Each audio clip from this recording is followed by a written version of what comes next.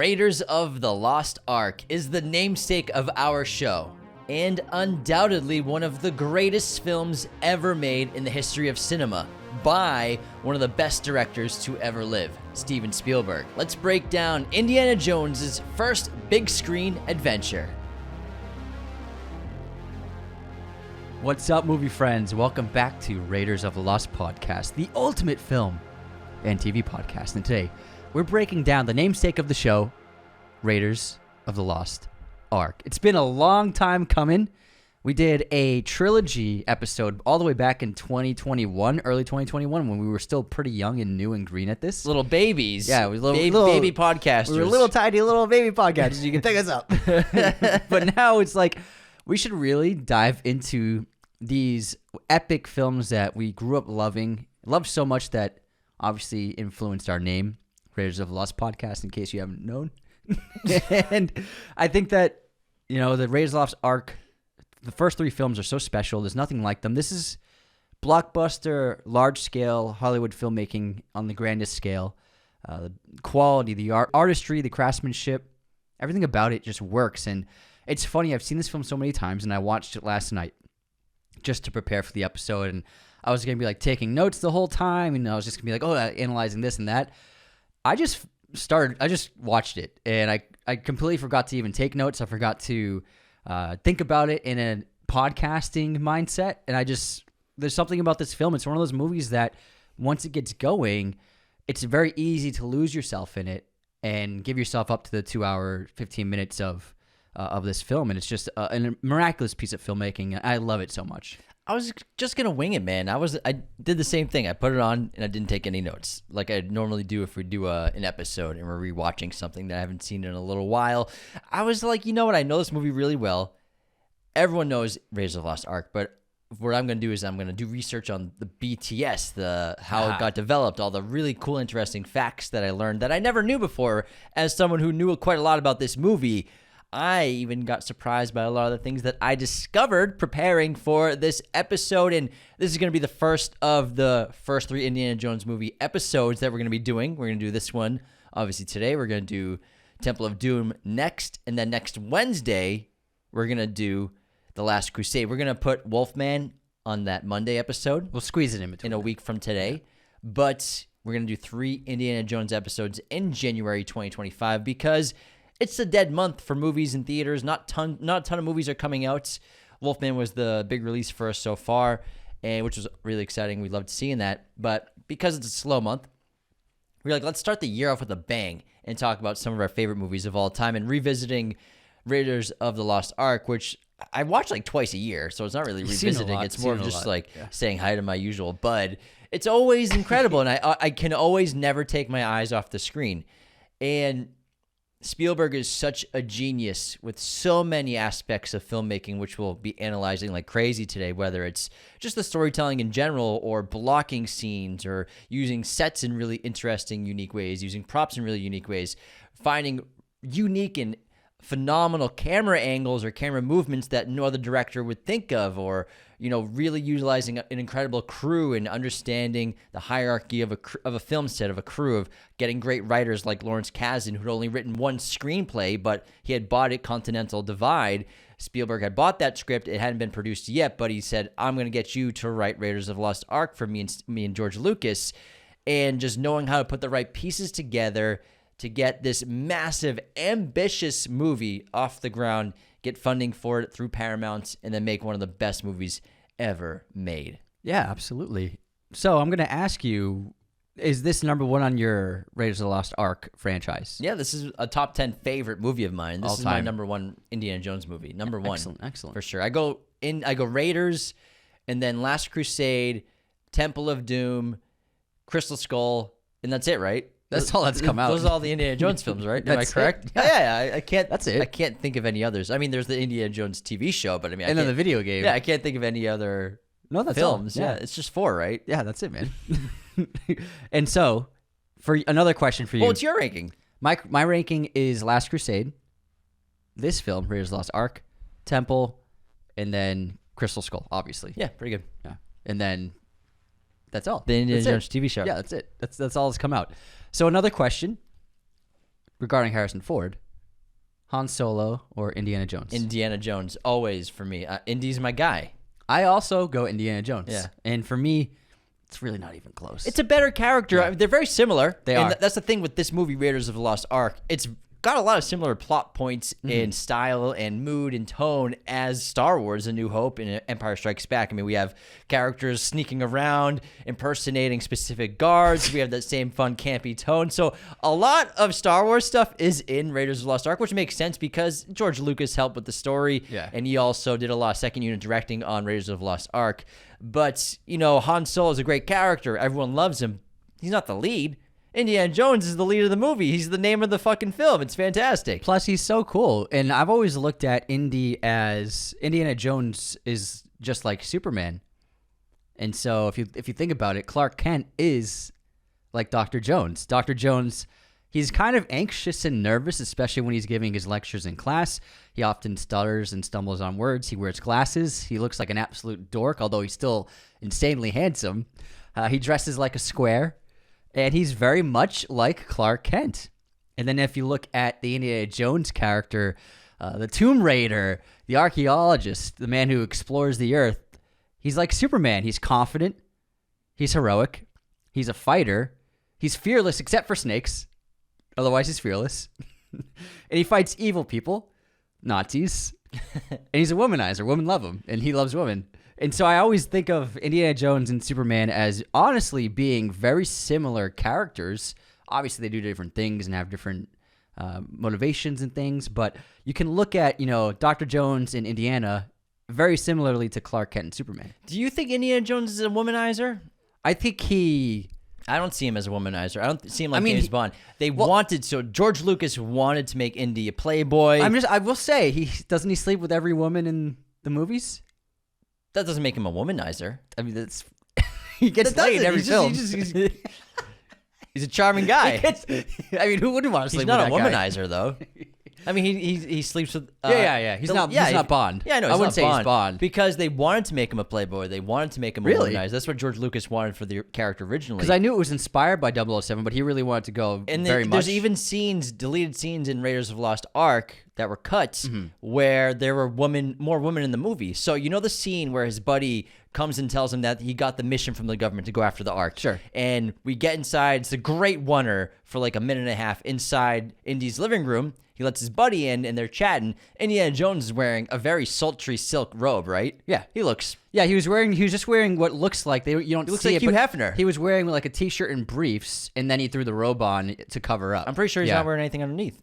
He's got a white t-shirt. Okay, he's got a white. However, so in that scene, there's more to that scene that we don't see. There was a woman in the house that he was with. No way! So there's stuff like that they cut from the script, but even cut from the movie to make him seem less of a womanizer. And yeah, I like that comparison between Clark Kent and Superman. But I mean, I don't think Indy dresses like a square. He's got a 3-piece suit. He looks sharp. He knows what he's doing. He's always confident. He does. I mean, especially at the end of this film when he's got the hat on, he does look very sharp. He only stutters when the girl flashes her eyes to say "I love you." No. When he's giving his lecture, he is a little bit running words, and he shows an anxiousness for public speaking. A bit monotone here and there. I'm telling you, there's an anxiousness to Harrison Ford's performance in that, and an uncertainty to some things. Sure. So teaching, I guess. Maybe. Yeah. I think with public speaking, and because Harrison's so great, he's such a great actor that I think everyone loves Harrison. Biggest star, one of the biggest stars ever, probably the most successful actor ever. But also, there's a reason why people love him and why his films and his performances have made the movies he's in so great. He is really a very precise character actor. And you see that in this film for sure, especially. There's certainly a duality. There is a duality when Indy's lecturing or in a museum. Yes. Or with those kinds of people versus Indiana Jones with the jacket on or the white tuxedo and Temple of Brawler. Doom. Different kind of person. Yes. So I do get that duality for sure. Absolutely. Yeah, that's there. He is Superman. Yeah. He is Superman. Yeah. Now, Raiders of the Lost Ark came out in 1981. We were not alive for several years. Directed by Steven Spielberg. We're still allowed to talk about it, though. The story was done. Yeah. Some people in the comments say we're not allowed to talk about movies before we were born. It's pretty silly. Story done by George Lucas and Philip Kaufman. Written by Lawrence Kasdan. Budget of $20 million. This grossed $354 million, the biggest hit of 1981 after pollsters projected it to not be that big of a hit because they thought there was little interest for this film, which is why no studios would back this, and Paramount they had to negotiate intensely with. IMDb, Raiders of the Lost Ark, is an 8.4 with 1.1 million ratings, putting it at number 59 on the all-time user rating list. Rotten Tomatoes, it's a 94% critic score, 96% audience score. Letterboxd, it's a 4.2. Quick synopsis. Set in 1936, the film stars Harrison Ford as Indiana Jones, a globe-trotting archaeologist vying with Nazi German forces to recover the long-lost Ark of the Covenant, which is said to make an army invincible. Teaming up with his tough former romantic interest, Marian Ravenwood, Jones races to stop rival archaeologist Renee Belloc from guiding the Nazis to the Ark in its power. Besides Harrison Ford as Indiana Jones, we have Karen Allen as Marian Ravenwood, Paul Freeman as Renee Belloc. The rival archaeologist to Jones, who's also under the employ of Nazis. Ronald Lacey as Major Arnold Tott, the sadistic Gestapo agent. John Rhys Davies as Salah, an Egyptian excavator and old acquaintance of Indiana's, as well as Denholm Elliott as Marcus Brody, a museum curator and Jones's loyal friend. Plus, this film features the first theatrical on-screen appearance of Alfred Molina, the wonderful British actor, as Jones's guide in the opening of the film Satipo in Peru. I just always think of Boogie Nights.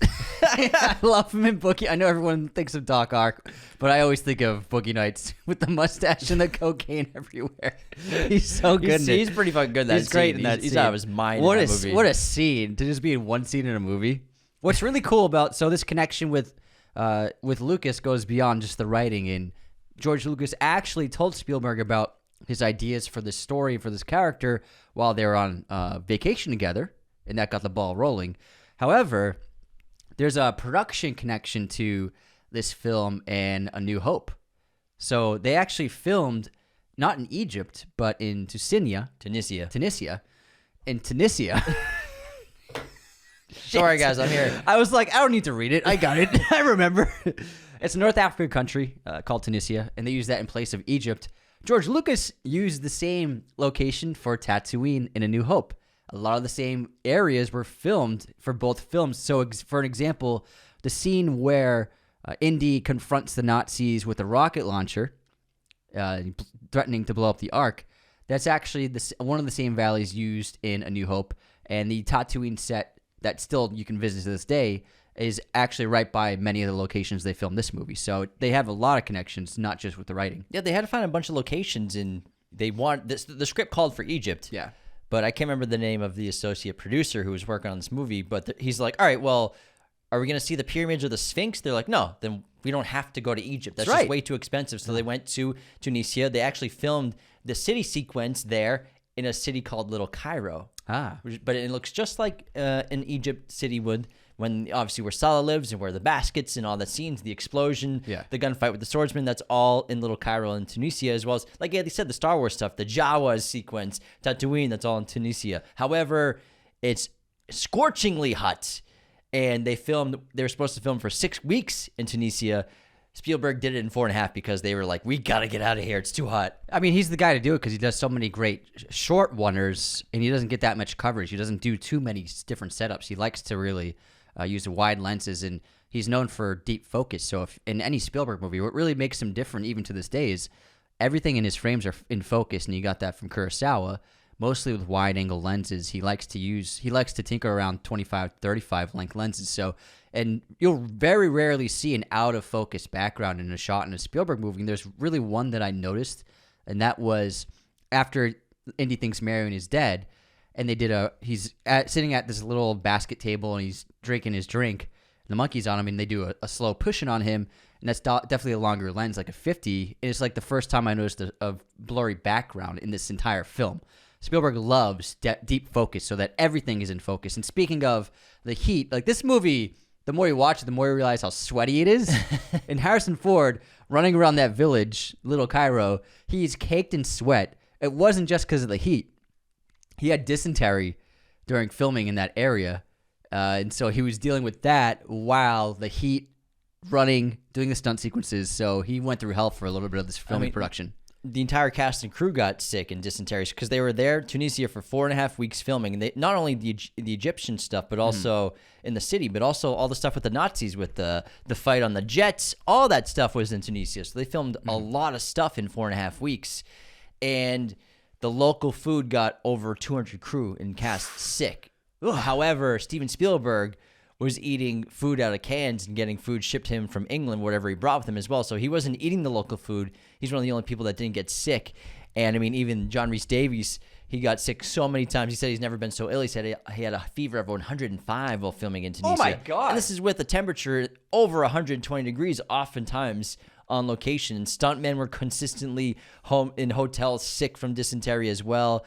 So it was a grueling shoot for sure doing this in Tunisia for 4.5 weeks. Hence all the sweat. Lots of There's sweat. sweat everywhere in this movie. Lots of sweat. Apparently, the food that Spielberg loved to eat during filming this was SpaghettiOs.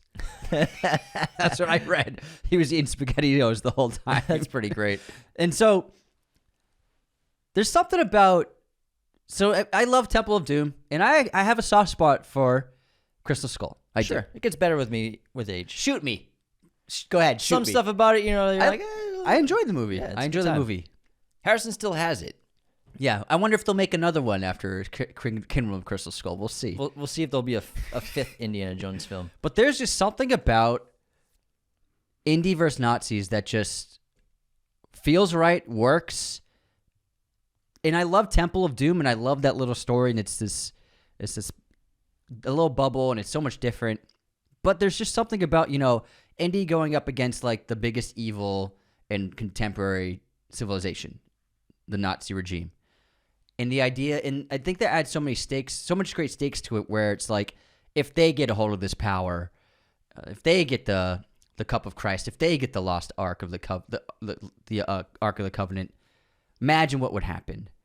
And so I think that there's just really something really incredible about tying a real world villain, and not just coming up with a fun villain for a movie, but real world villains to this fantastical story that grounds it in reality and makes the audience feel the possible threat of, if Indy fails, what will happen to the world. And so there's just something about Nazis that I think they work in an Indiana Jones film. And when they're not in there, you kind of are like, oh man, I wish there were Nazis in this so that Indy can take them out and win and beat them. There's so many things that just work. Yes. That's one of them for sure. But even like you're talking about the lighting, lots of shadows, you know, high contrast, even in the desert locations, plus beautiful cinematography. Douglas Slocum did the cinematography for Raiders of the Lost Ark the first time he ever worked with Spielberg. And, you know, they went for an old adventure film aesthetic, you know, make it as, you know, entertaining, flashy, and bright as possible in many situations. No problem with that. And the artistry still rings through because what they did so well, in addition to just great filmmaking from the camera perspective and lighting, is these incredible sets, really building every single thing you see on camera. Everything's built. All these locations, building real things, real sets, real props, add so much. You know, actually building the giant boulder that rolls to Indy, 20 feet wide, absolutely massive, massive boulder, chasing a real Harrison Ford on camera 100 feet down a tunnel. Insane stuff. I mean, and then going to the depths of, you know, when we talk about Lord of the Rings, we talk about how Peter Jackson liked to get models made. Obviously, you do storyboard, you do concept art, but then he would build models and he'd take a little camera and kind of figure out what kind of movements he's going to do, figure out his angles. Spielberg did the same thing on this. He had lots of miniatures built of the locations and of the sets they were going to do, not for filming, but just for planning what kind of camera angles he wanted to do. So they actually built the sets miniature, crude, obviously, not the same as like you would use for a miniature for a movie, but then to just really plan it out so goddamn well that you know exactly what you're going to do. But then building all those sets, incredible cast, great writing, and then John Williams' score, which is just absolutely sensational, so goddamn fun. Raiders March is a piece of music that he'll always be remembered for. Top 10 piece of music he's ever written, probably ever in his entire career. And I just love so many things about this. But you're right, there, in addition to Nazis, there's just so many other things that just work with Indiana. That's that 1930s serial TV show style mixed with 1930s graphic novels, a great idea, a great hero, Flash Gordon, but in the desert. It's fantastic. Yeah, and a lot of Spielberg trademarks are in this film. Silhouettes. There's the famous silhouette of the crew digging while Indy's pacing around. And then a few other silhouettes with the sunlight. And then some silhouettes like inside the tent. But also, like you said, use of shadows. Spielberg's use of shadows, especially in Indiana Jones movies, are so prevalent. Yes, they are. And it's like you need to have shadow shots of shadows on walls. And I mean, the blocking of them is great. This is not visual effects. They had to do the shadows. And some of them, it's pretty complicated how they did some of it, whether their shadows are shrinking in frame or moving in frame. And so you got to be pretty precise with the blocking and lighting in that. And it takes a lot of care and effort to get that right. But there's just something about seeing shadow shots in Indiana Jones movies that just rings true, and it's become like part of the DNA and the code of an Indiana Jones movie. You need to see not just his silhouette, but silhouettes of other characters. And I mean, we just get that great reveal in the Nepalese bar of Marian seeing his shadow. We get the shadow of him and Salah lifting up the Ark of the Covenant, as well as many other shadows. I mean, the of shadow villains. of the lightning coming through Yes. the Well of the Souls. That's great. When him and Salah are lifting it up, his hat and his head being shadowed on the cover of it, as well as the shadow I love when the Covenant's inside the ship that they're trying to ship away from the Nazis. The door opens, it's just a spotlight shining through. All kinds of great shadows. It's like watching Nosferatu, man. It's fucking great. And also excellent use of matte paintings. So obviously the finale, it's a matte painting, that huge room. With all the boxes. With all the boxes. The bottom of the frame is the real set, and they extended it with a matte painting, and it just looks sensational. But also, there's a great matte painting shot of during the big chase at the end, when one of the Nazi trucks falls off the cliff, and then it's like the Butch Cassidy and Sundance cliff jump. Mm-hmm. That's that kind of matte painting effect, and they layered and composited multiple layers on it. It looks fantastic, and it hasn't aged a day. I think it's aged really well, especially considering like even the visual effects of the big finale. A lot of that is practical, and whether you're rotoscoping the lightning or they were using puppets for the ghosts, so they used puppets and swam them underwater, and then composited those onto the frame. So that's how they filled the puppets of those souls of the flying ghosts at the end, pouring out of the Ark of the Covenant. So just so many great cutting-edge special effects for the time. But again, the practical filmmaking is sensational. And I love everything about Spielberg's directing. He has such a knack for blocking, such a knack for staging, and knowing where to put the lens for certain effects. And like one of the famous shots of this movie is when he looks back and there's just like the little bit of light over his eyes. And so many films have copied that shot of a dark character, dark subject, and only their eyes are lit up. Skyfall, Feathers McGraw, and Wrong Child in Stupendous Most Foul. The best of the best. You're obsessed with Wallace and Gromit, man. Hey, we just saw it. But I think this movie's sensational. And on top of that, it goes hard. It's gory. It's bloody. There's a couple of headshots in this movie. Like full-on blood splurting out, flesh breaking apart headshots in this movie, as well as that sensational finale of people just melting and exploding. So this movie gets really grisly in the best ways possible, and somehow they dodged an R rating.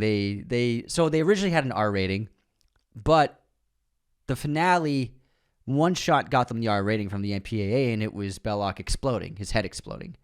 And so the MPAA was like, this is an R rating. They didn't want to lose the shot, so what they did was they laced over various shots of flames. So it had these layers of footage of flames on top of it, and then when they replayed it to the MPAA, it kind of masked the effect of the head explosion being too graphic, and they were able to pass with a PG-13 rating after that. Oh, I want to see what it looks like without the layered flames on top of it. That sounds awesome. Great fix. This movie does go hard. Now, did you know that George Lucas was developing Indiana Jones before Star Wars? No, I thought it was after. So Star Wars, 1977, obviously his biggest film ever.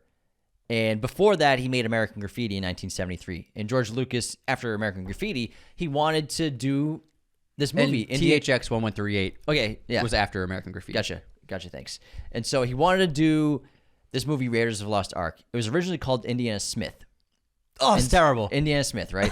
And so he wanted to make a movie based off those old serials he used to watch as a kid, and so many people with a graphic novel, 1930s design and idea as well, these adventure movies. He wanted to make a contemporary version of it with an archaeologist traversing the world, getting into hijinks, tough, badass, leather jacket, the whole thing.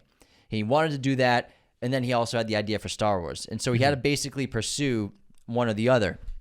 He eventually chose to go with Star Wars and made Star Wars in 1977, but he pushed the idea of Indiana Jones further with the writer Kaufman, developing Raiders of the Lost Ark before Star Wars was even happening. And then, like you said, he went on vacation with Steven Spielberg when Star Wars was supposed to come out because he was very self-conscious and very worried about the box office gross. They had that bet they did, but he's very scared, basically. He's like, I just want to get out of town, go on vacation. It's kind of like their tradition now, right?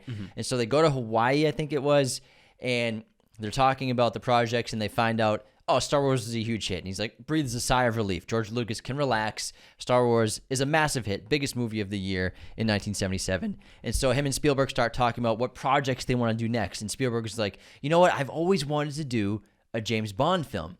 And then George Lucas goes, I got something better. And he tells him about Indiana Smith, this idea he has of this archaeologist in the 1930s fighting Nazis, going after these adventurous situations. He's trying to find these relics and lost treasures, but also there's a hint of the supernatural involved with it as well. And Steven Spielberg's like, I love it. Let's do it, George. But there's one thing I don't like. It's the name. Indiana Smith, I don't like it. He's like, oh, well, what about Indiana Jones? And Spielberg's like, sure, that works. Like, as simple as that, they switched to Indiana Jones. It's way better. It is a lot better. And he named Indiana, actually, George Lucas, after his Alaskan Malamute dog, this massive bear of a dog, who's also the sort of inspiration of Chewbacca in the Star Wars franchise, this big, hairy bear of a dog.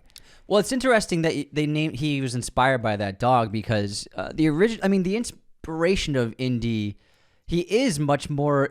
There's concept art. There's 4 paintings of concept art. No, Chewbacca's inspired by the dog. Oh no. Okay, yeah. But I'm saying, I thought you meant Indy was inspired by the dog. But what I'm getting at is that the personality seemed to be inspired by that kind of dog, strong, imposing, dominating, and athletic. And if you look at the concept art, a brawler, but different from Harrison Ford, and obviously, I think everybody knows that Tom Selleck was originally cast as Indy, and he even did screen tests, and he did a screen test with Sean Young, got the role, and Sean Young's from Blade Runner, a bunch of great films, Ace Ventura, Pet Detective, Finkel. So she was originally going out for the role of Marian, and then Tom Selleck got the role of Indy, and Spielberg shot test footage of him with the whip, with the costume and everything. However, because of Magnum P.I., his hit TV show, scheduling got in the way, and he was not able to play Indiana Jones. And then George Lucas and Spielberg turned to Harrison Ford. But if you look at the concept art, it makes sense that they tried Tom Selleck first because the concept art looks like Tom Selleck without a mustache. Oh, yeah, for sure. Yeah, I've seen it. He's just jacked and just rugged. Suit in the dark black hair, and it's very Tom Selleck-y. But the concept art's fantastic, and it looks like, honestly, they nailed it. Like, if you think about the Star Wars A New Hope concept art, we've looked at it, you've seen it, I've seen it from, research in past episodes. Ralph McQuarrie. It does not look ultimately like Star Wars that we know. It looked very different, but in a good way. I thought it was really cool. It's like this retro, very strange, colorful world, and I think it was just unfilmable, but it gave George Lucas, obviously, place to go from and to show studios this is what I want to make, show producers like this is what I'm visualizing, so it worked for him. But the concept art for Star Wars is quite different from the finished product. However, the concept art for Indiana Jones looks pretty spot on for what they ended up with, and it's just like I feel like that's a pretty rare thing for it to come out at that day and age, to come out as precisely as they originally envisioned it. Now you can do incredible computer work, previs.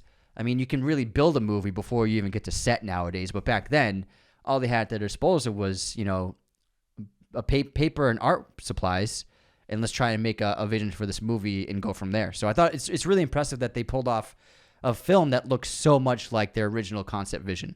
The thing with Tom Selleck, it's a little more complicated too, because he was cast, and then, however, he was contractually obligated to film Magnum P.I. if it got picked up. So it was a pilot that they did. Oh my God. But if it was going to get made into a full series, then he would have to contractually do the full season, and he couldn't film Indiana Jones. And so Spielberg and Lucas, they actually asked Magnum PI's network, CBS, to release him 10 days early from his contract so that he could do Indiana Jones. Just 10 days. Just 10 days. But then CBS realized, oh, Selick's in demand.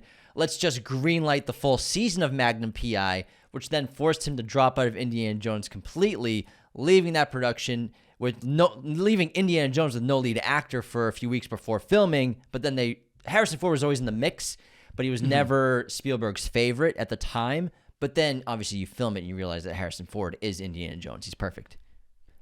I think that. And then the funny thing is there was a strike in 1980 for actors. There's an actor strike, which put the show Magnum PI on hiatus for 3 months. Irony. So he could have actually filmed Indiana Jones.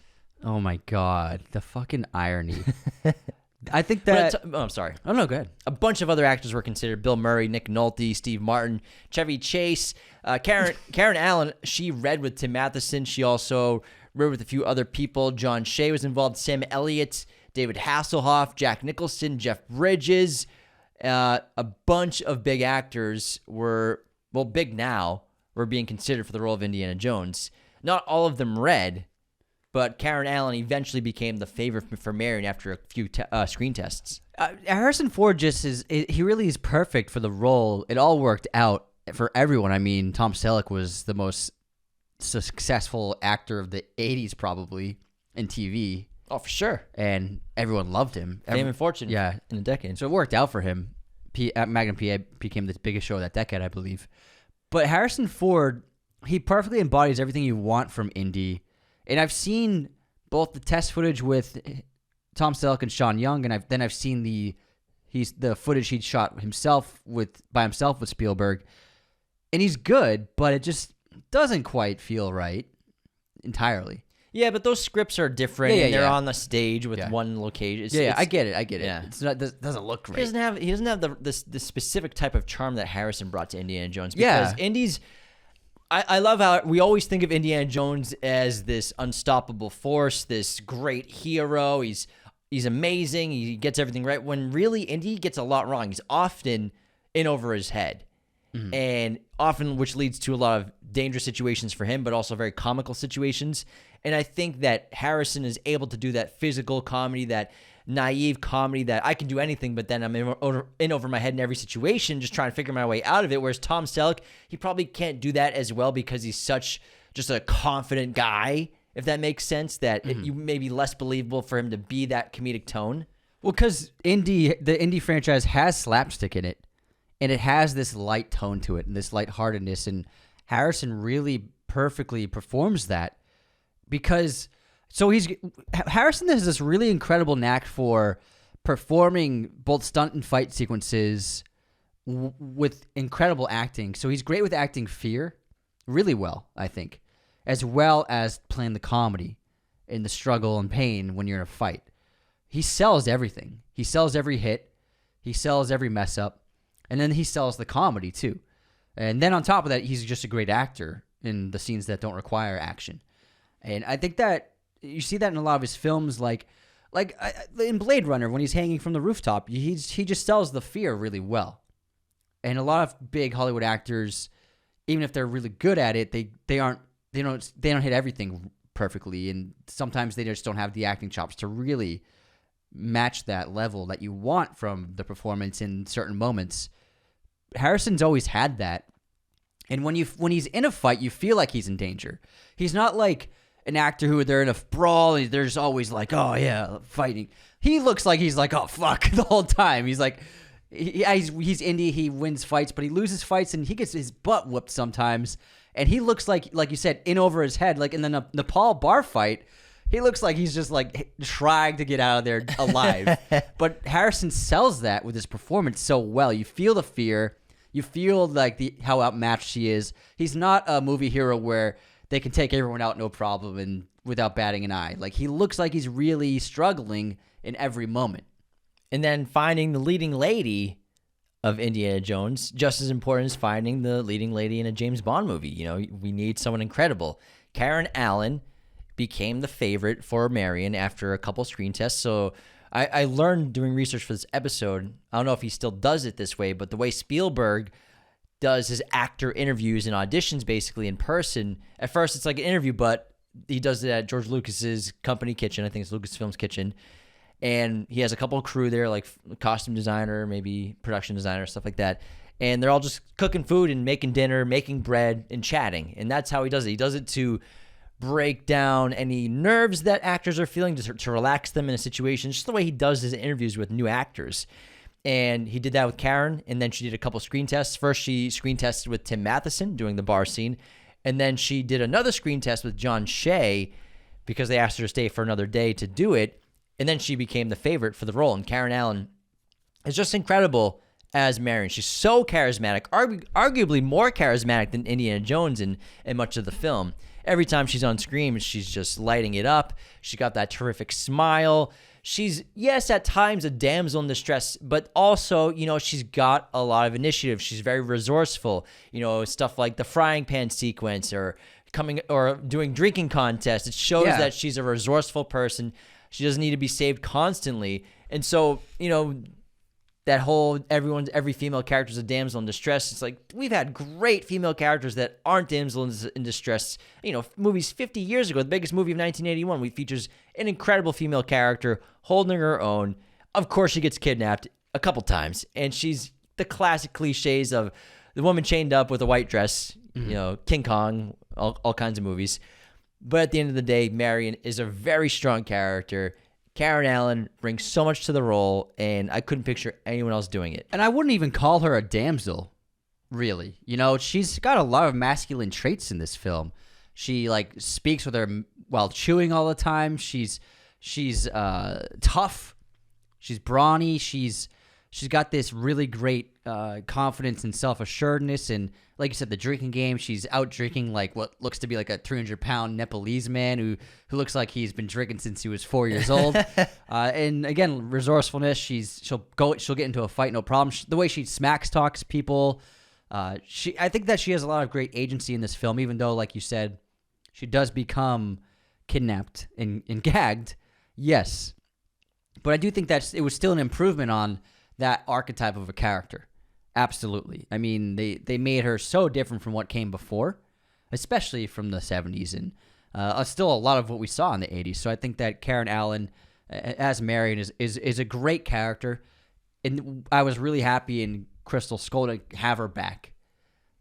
2 movies after this without her, you did feel like, getting her in Kingdom of Crystal Skull, when they made that movie, it was like the right call to have Marian come back into Indy's life. And then they got married. Ruined it.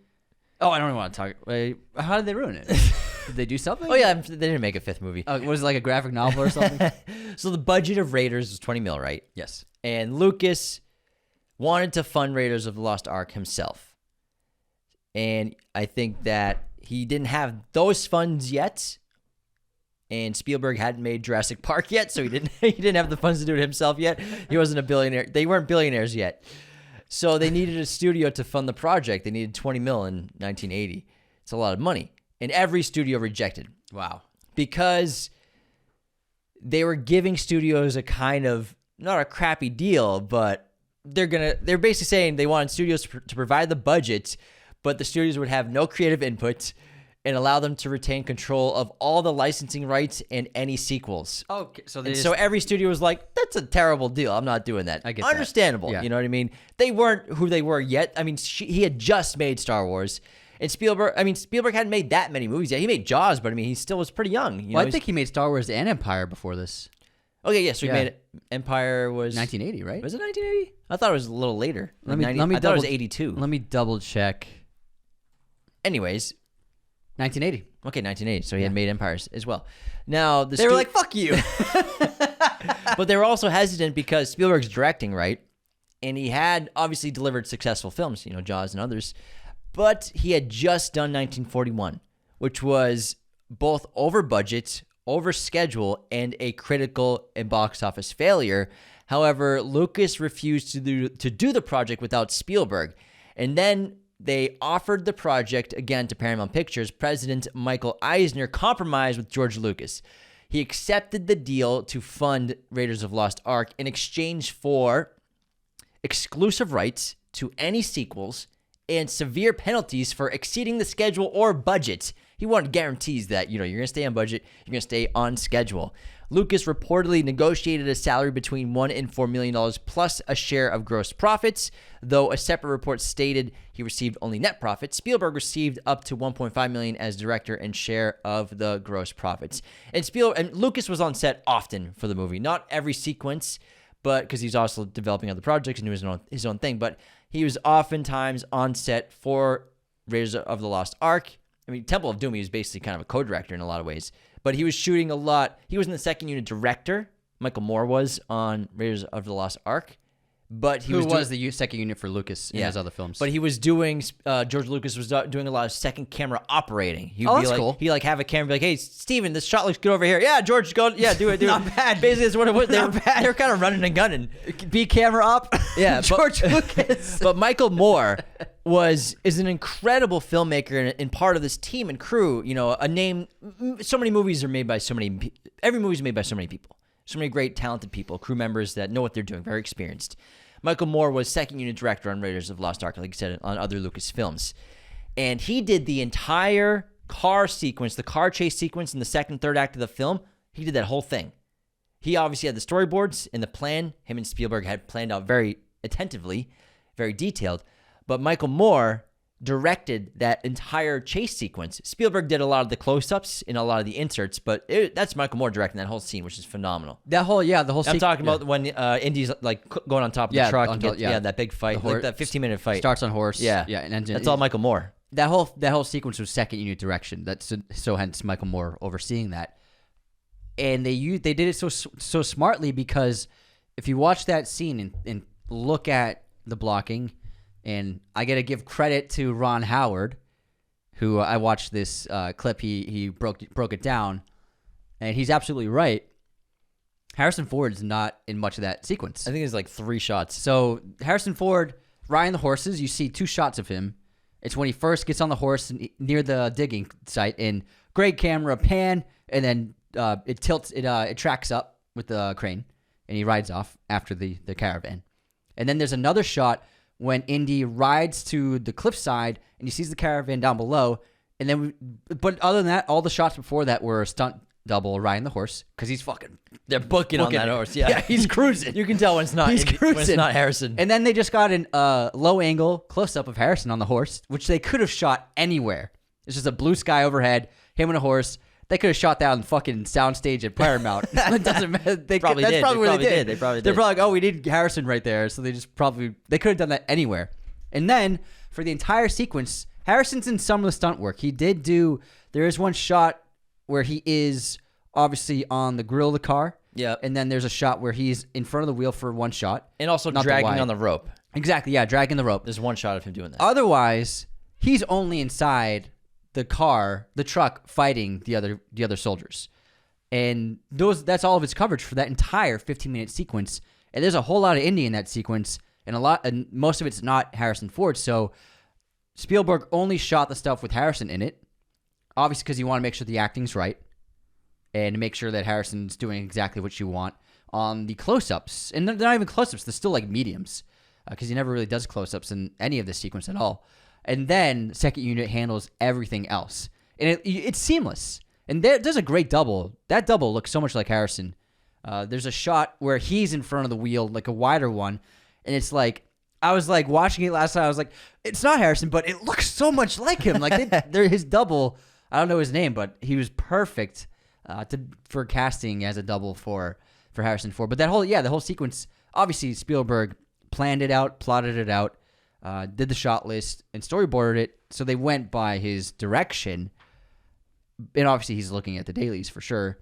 But he really only directed the Harrison Ford shots. There's a shot in that sequence before Harrison gets there with the horse, before Indy shows up, and I guarantee they filmed this on the Paramount lot too, probably, or somewhere in L.A. or somewhere convenient, right? Or probably in the desert, but it looks like a camera mount on the back of the truck, and so it's the back of the truck with all the soldiers inside, and they're just sitting down. Yeah. And the truck's just like bouncing, and they're all pretending like they're bouncing.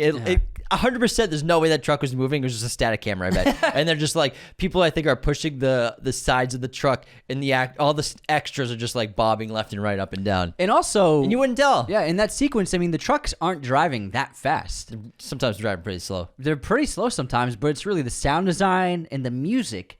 Once you hear that going in the editing, when you watch that scene, it feels like they're going 60 miles per hour at least. Yeah, you can only go so fast when you're doing stuff like that. Yeah. And then there's a more recent movie that has that same that feel of cars not going too fast, but you buy it. Yeah. Tenet.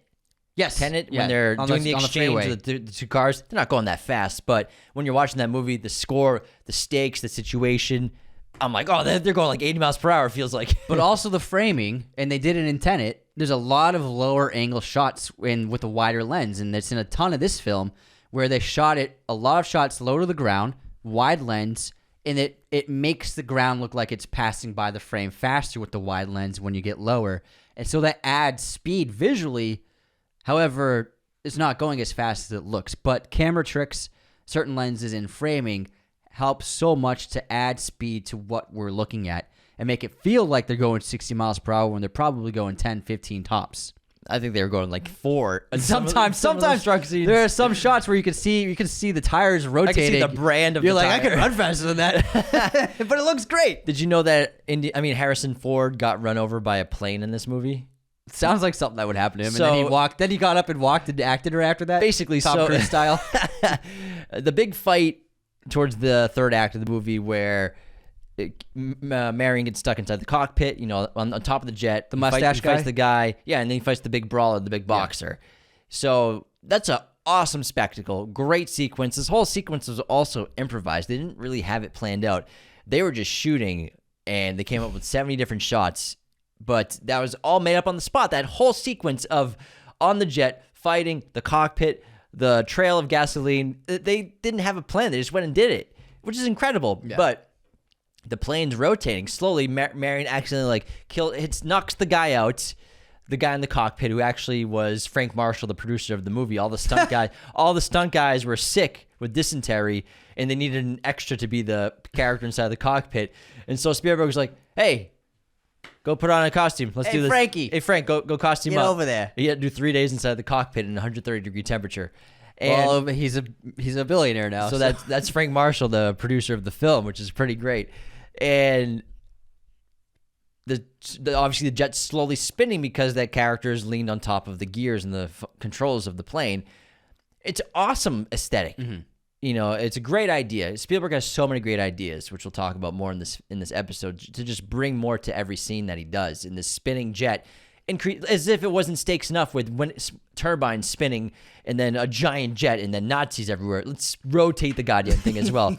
And so one of the shots, Harrison's boxing that guy, he falls over. Yeah. One of the tires of the plane ran over his knee. oh, Fortunately, because it was so hot outside, the rubber of the tire was very soft because of the heat. It dropped And the air pressure. It didn't break his knee. And not the air pressure, the rubber was softer. Oh, the rubber was The air pressure would be higher because it's hot. Gotcha.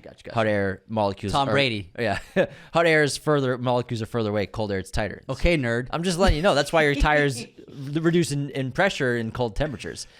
It was the rubber got soft. See, Tom Brady never deflated those Never footballs. deflated shit. They were playing in the snow, baby. It was 5 degrees. Playing in the snow. And it ran over his knee. It didn't break because the rubber was so soft in the tire, but he did suffer a ligament tear, and all they did was wrap it up and put ice on it, and they continued on. Deal with it. Yeah, basically That's deal with it. He got run over by a plane. He's a tough guy. He crashed in a plane. Yeah, in a golf course, and walked away. And he got up. He's like, whatever, fuck it, I've been through worse. Par 5. So that fight with the big brawler, the guy who I love him because once he sees Indy on the jet, he's like, nice, I got someone to fight. Yeah, because he's like, fighting the other Nazi. He's like, he takes his shirt off he's like right away. excited. He's like, fuck yeah. He does let's that go. old-timey boxer It's stance. so funny. He was a famous, renowned wrestler named Pat Roach. He also played another character. He played the really big Nepalese bad guy in the bar. Oh, no way. So he played both those roles. So he All right. played that huge guy in the Nepalese bar who was throwing Indy around. So he had dual roles, and he died twice in the film. He got his head blown off in that scene, and then he got cut to pieces by the the propellers of this jet. That's so awesome. Yeah, I love what he sees Indy. He's like, all right, let's fucking go. Let's go, baby. I've been waiting all day. I've been sitting around all day. For months for a fight. Months I've been in this desert. So got nobody to fight here. But the practical filmmaking will continue on. Is just, I think, why this movie's so special. It still is timeless. It's always going to look good.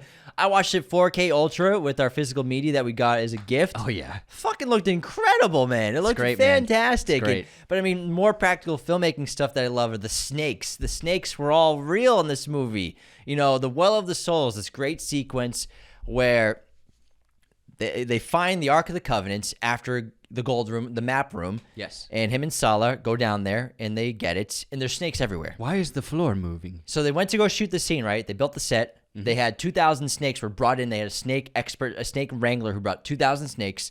They put them all over the ground. And Spielberg goes, we need more snakes. He couldn't get a wide. The ground was, you could see too much ground. He wanted like an ocean of snakes, like a pool of snakes. So they had to get an extra 7,000 snakes. Oof. So all of these 10,000 snakes were not venomous, not poisonous snakes, pretty much harmless. Some of them were pythons, which, you know, will bite you, but they're not going to poison you. But for the most part, they're little gardener snakes, little glass snakes. They're pretty chill guys. They're all real. They're all squirming around and everything. It's gross and disgusting. The cobras, though, the cobras were real. No way. So we have those great shots. I thought they were puppets. With Indiana and Marian. They fall down to the ground, and then the cobra jumps up and looks right at them, right? Yeah. Real cobras. The way they did this, they shot this all in camera, in one camera, with the actor and a venomous cobra, a sheet of glass. I was going to say glass. A sheet of glass was placed between the actor and the snake in each of these shots because, obviously, cobras are venomous. They will kill you if they bite you.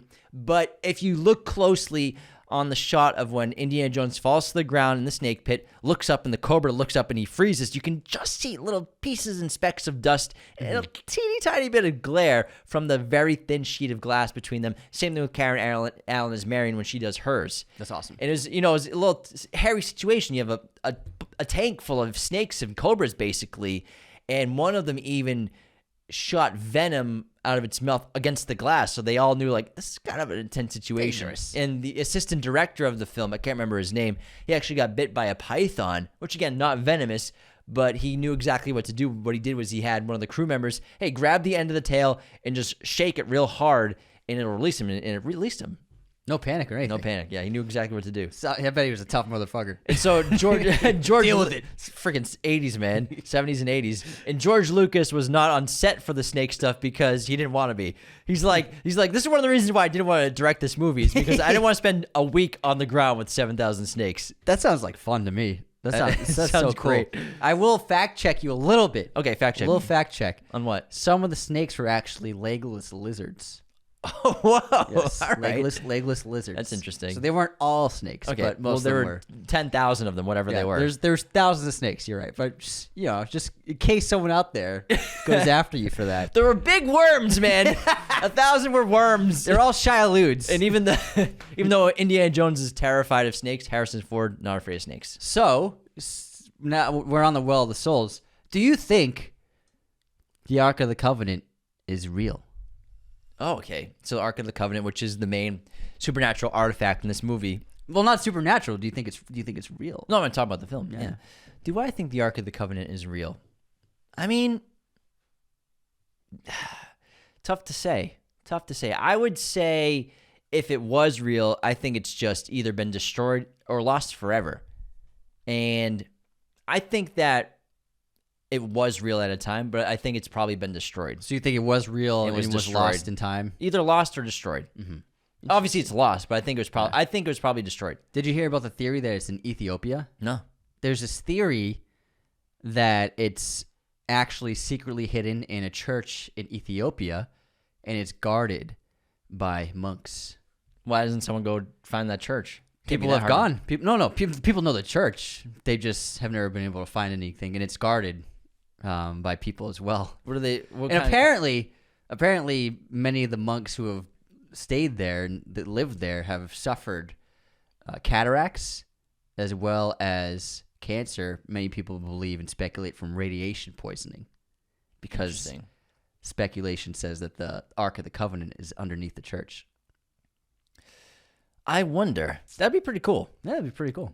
Are they? So they're monk guards? Do they do kung fu? Like, I guess it's like Bulletproof Monk. Yeah, it's Chow Yun Fat's down there, just like fuck off. Sean William Scott too. Yeah. That's where he's been. Well, both of them they haven't been in movies for a while. No, Chow Yun Fat's still killing it. Yeah, Sean Williams and stuff. That's actually a cool, interesting point because there's obviously a radiation power. Yes, exactly. With the Ark before obviously it gets opened up at the end of the film, confirming that it's the power of God, and ghosts come out and kill everybody who has their eyes open because they hate eyes, and but before that they don't like being seen. They hate it, and they're very self-conscious ghosts. They're like Medusa. There's the shot of the box melting the Nazi symbol in all the writing, right? Yeah. I think that's a really interesting shot, and that kind of ties to the radiation. So why do you think? Yeah, but it only blotted out the text in the symbol. Why do you think that happened? Because God hates Nazis. I'm sure he does. Yes, I think that's why. But also, I think it was trying to not be found.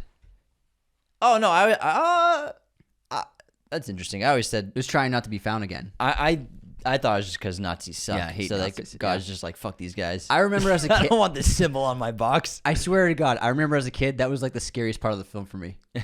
Well, it's a great sequence. That sequence is really brilliant. This is when the Covenant inside the box that has the Nazi symbol and the writing on it. It's inside the ship. Yes. And Indy thinks he's safe in Marian because they have the guys escorting or transporting them. The pirates are transporting them, and they're friendly. And so it's very eerie, very scary scene, really great lighting and mood. It's the only object inside the compartments of that section of the ship. It's by itself in the corner. And the mood, the feeling, the music from John Williams is terrifying. And then they had this rat that's walking to the box in this very eerie way. It looks like it's being affected by something that you can't see. The way they did that is they got a deaf mouse. And so when it walked over, it has its equilibrium's a little off. And so when the little mouse was walking, that's why it kind of warps its head. It's trying to maneuver and find its way. It was deaf. They took advantage of that. Yeah. But yeah, I think God hates Nazis. That's why. Oh yeah, but that scene always scared me when I was a kid. Me too. As well as it's creepy, man.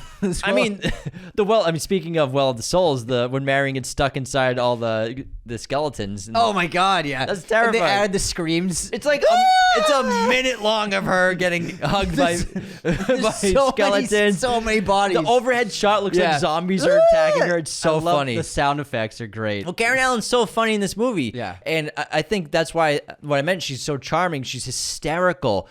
And this sequence is especially because that part, but then when she gets pushed down into the Well of the Souls, and then she realizes that there are snakes everywhere. When she climbs up on top of Indiana Jones, it's so effing funny. Like, literally gets up on his shoulders, like if you're you don't know how to swim and you're jumping on someone who can swim. Yeah, I mean, it's so funny, and that's the slapstick that if the movie was trying to be too serious, it wouldn't work. And it wouldn't have lived on to this day as being so beloved, because it's those moments in that tone that you just love it. I love when she's crawling on top of Indy, and Indy himself is horrified and terrified of all the snakes on the ground. So I think so many things about this film, they've lived on through time because of its lightheartedness, as well as contrasting with the darker themes. And the great characters and actors, in addition to who we've been talking about already, John Rhys Davies is Salah, who's phenomenal, and we all know him as Gimli from Lord of the Rings, ironically the tallest member of that cast.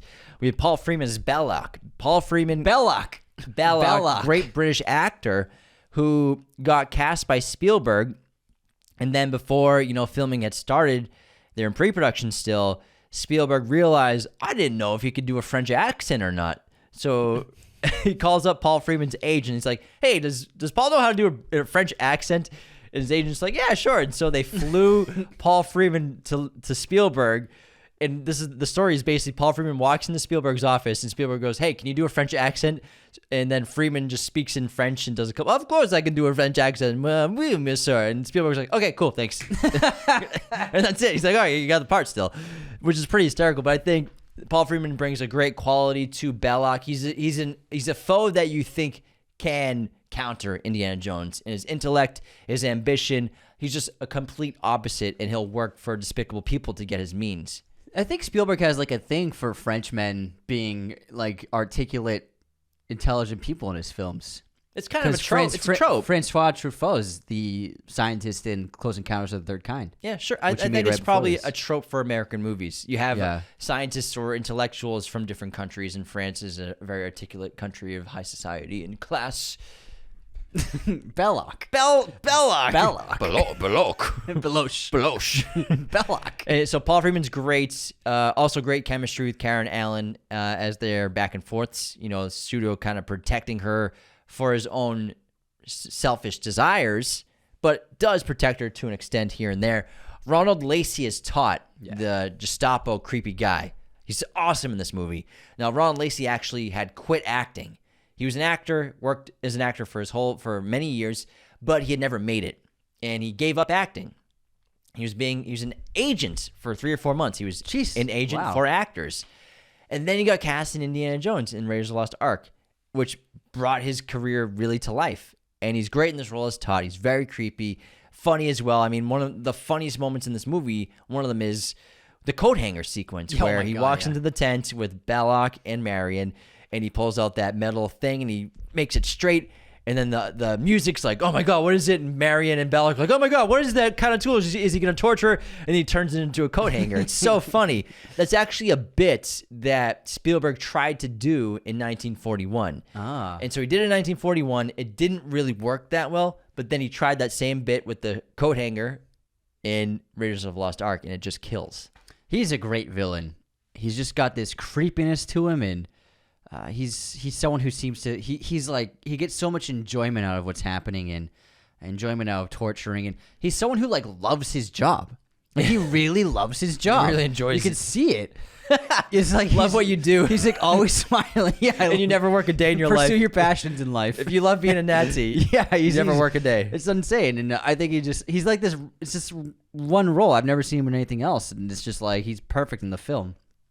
And this movie was actually a massive hit on home media, so home media was still kind of a okay outsource. I mean, people were using VCR players and playing VHSs, but they weren't like a big moneymaker for studios. They're so expensive. Yeah, so for example, when this VHS came out, Paramount was charging $40 per VHS.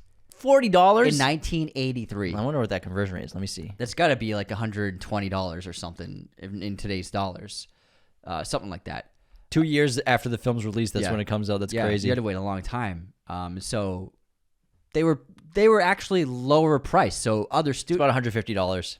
That's actually... Okay, Jesus, for fucking rental. I mean, for a VHS. However, that was lower than the average price. So Paramount tried something new with their strategy for home release with this film.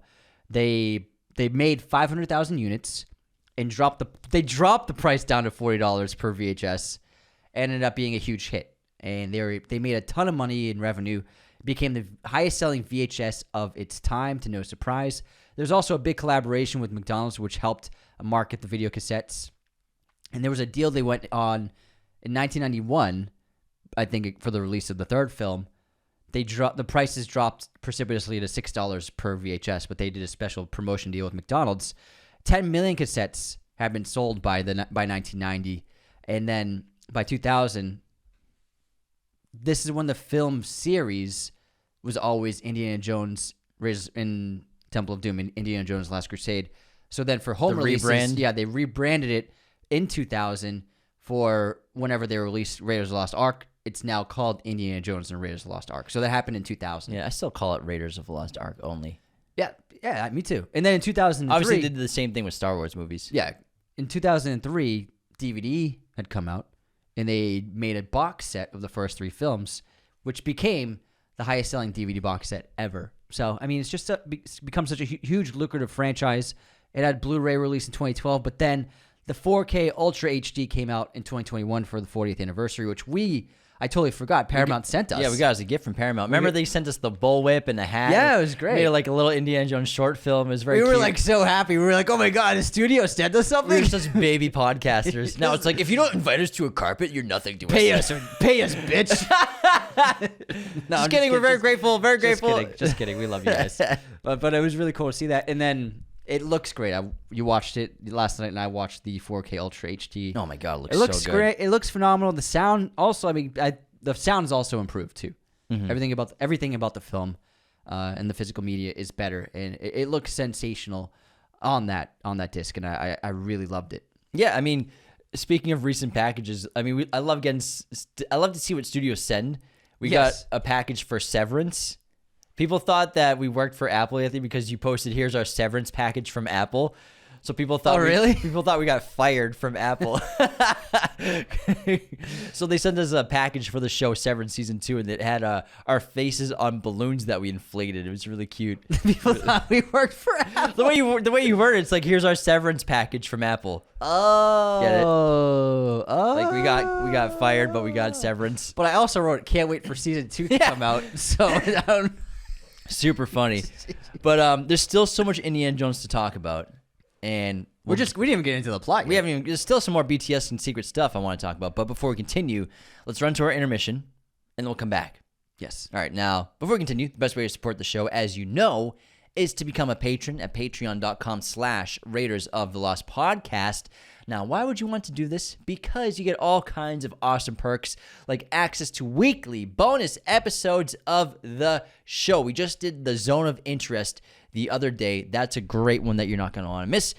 Also, you get access to the ad-free version of every single episode. You get access to our private Discord. Only patron members at a specific tier get access to our Discord. It's not public, so if you want to join our Discord, go ahead and become a patron in that specific tier. There are 5 different tiers of membership. Find out which one suits your budget best.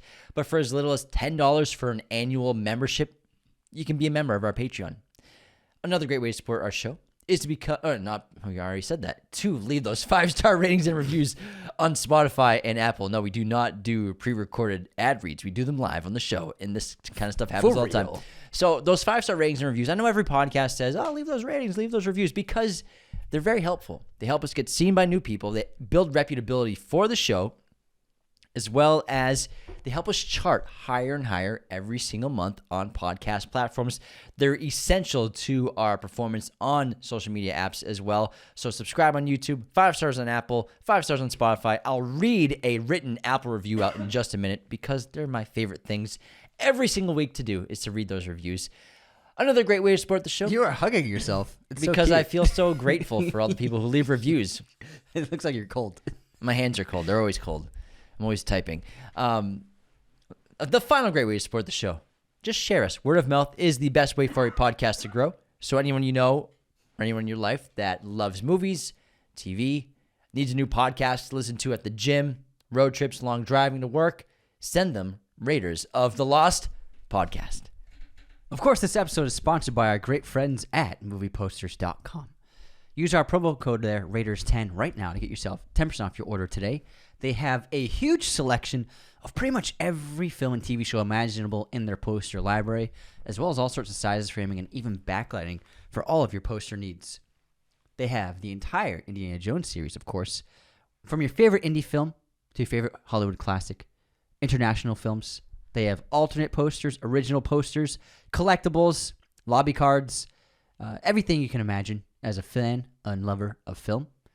These are beautiful posters. We got them all over our set.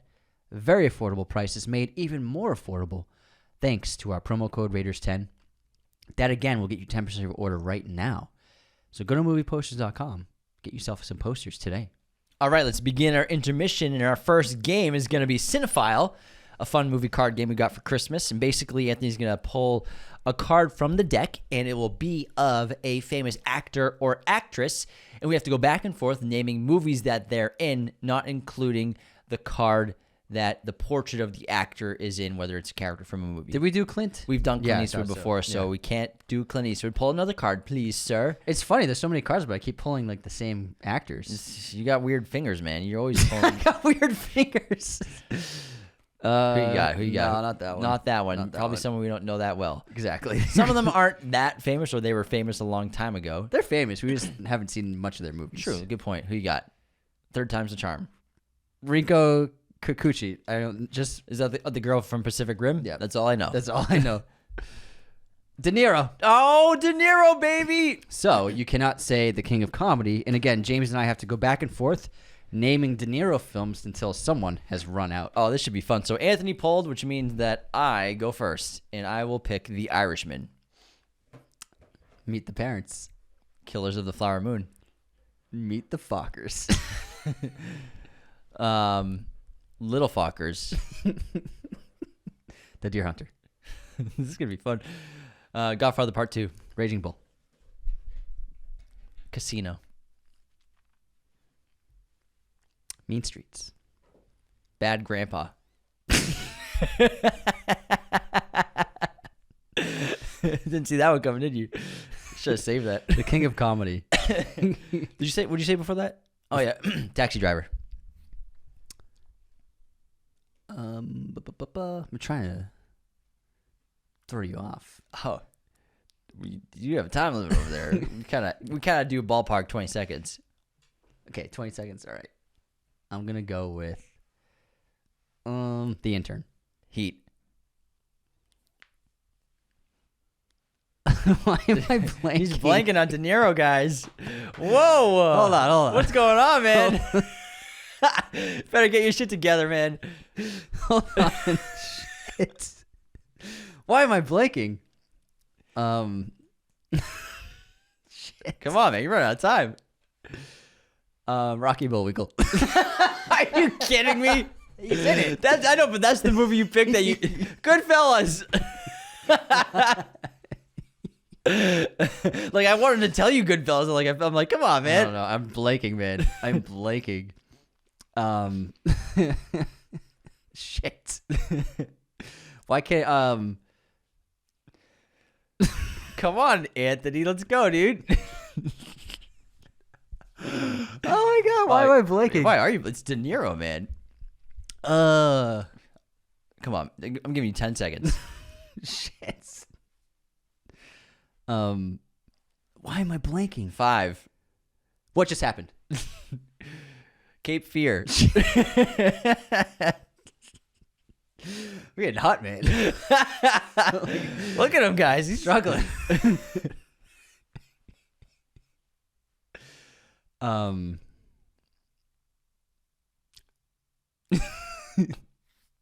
Oh my god, Man, he's struggling, guys. Oh my, why am I blanking on De Niro? I'm giving you fucking 5 seconds, bro. Little Fockers. I already said it. You said it. Yeah.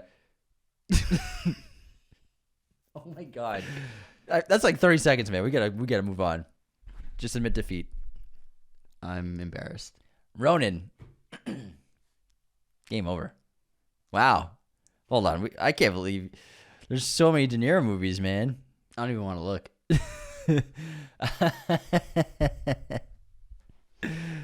It's okay, man. It's okay. You'll get him next time. I thought I was gonna get destroyed, honestly.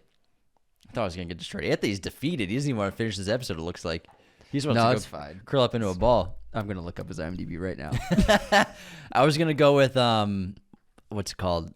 The Billy Crystal one's next. I was trying to think of them. I couldn't. Oh my god. Yeah, he's in so many movies. He's in a lot of films. Yeah. Have we done a De Niro spotlight before? Never. I can't believe you didn't get the Marty ones. I mean, we still didn't do Killers of the Flower Moon. Oh, I thought you said that. Did I? Oh, yeah, I did. Never mind. Analyze this. That's Analyze this. I mean, American Hustle. Joker. Yeah, Joker. Frickin' Silver Linings Playbook. What was the He's in Robin Limitless. Williams one? De Niro, Robin Williams? Yeah. Which one's that? Where he plays the guy with he's got the mental physical illness. Oh, Awakenings. Awakenings, yeah. Or Awakening, I think singular. So many movies. Hide and Seek, Shark Tale. Analyze this, analyze that. Yeah. Woo. He's in a lot of movies. Woo. Yep. Jackie Brown. Copland. Oh, I love all these movies. I can't believe you didn't say Heat. I just blanked, man. A Bronx. I blanked. That's why this game's fun, man. I absolutely was like, what? I can't think. If anyone's ever played this game, it sounds like it's a no-brainer. I'll get 15 De Niro movies in a row. Your brain just shuts off even though it's someone that big. And it's freaking Anthony, human IMDb. All right, let's move into our movie quote competition now. All right, guess this movie, Anthony. Imagine a giant cockroach with unlimited strength, a massive inferiority complex, and a really short temper is tear-assing around Manhattan in a brand new Edgar suit. That sound like fun? Men in Black. Thanks. Good Tommy Lee. That sound like fun? I don't care. I don't care. All right, here's my quote. Your eyes are red. You've been smoking crack? Your eyes are glazed. You've been eating donuts?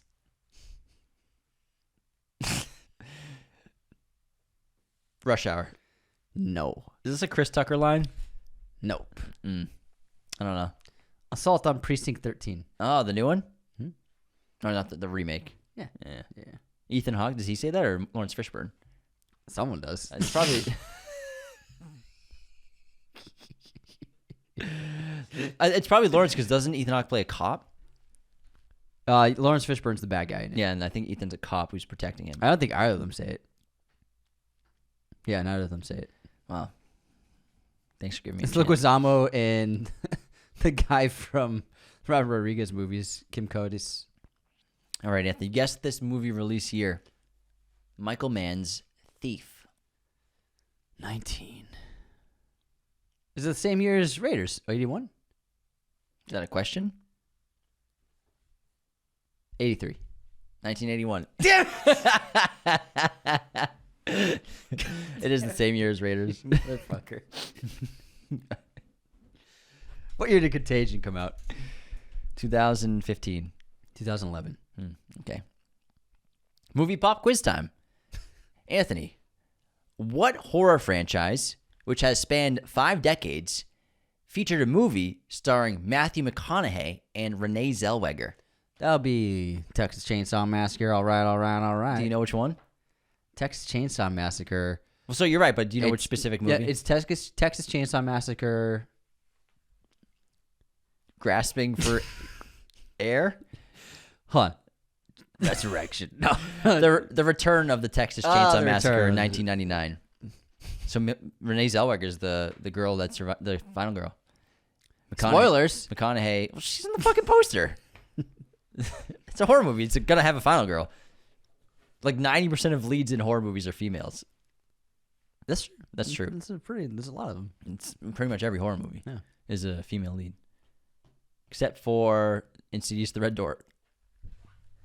And haven't seen that technically, that's the new one, the Patrick Wilson one that he directed.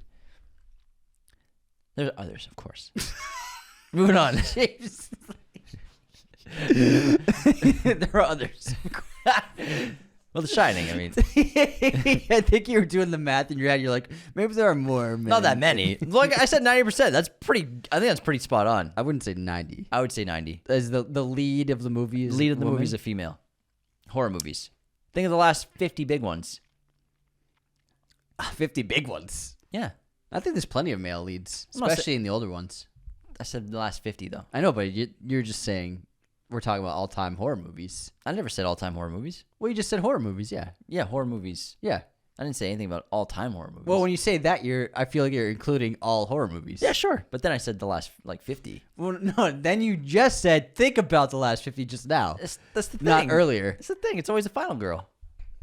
Recently. Pretty often. Recently. Yeah, I'd say this century for sure. Ain't no final girl in Nosferatu. All right, here's my quiz question. Lawrence Fishburne played what Marvel villain? What the Lawrence Fishburne is a Marvel villain? MCU or pre-MCU? It's just a huge Marvel movie. Lawrence... It's a huge Marvel movie. He's the villain. Huh.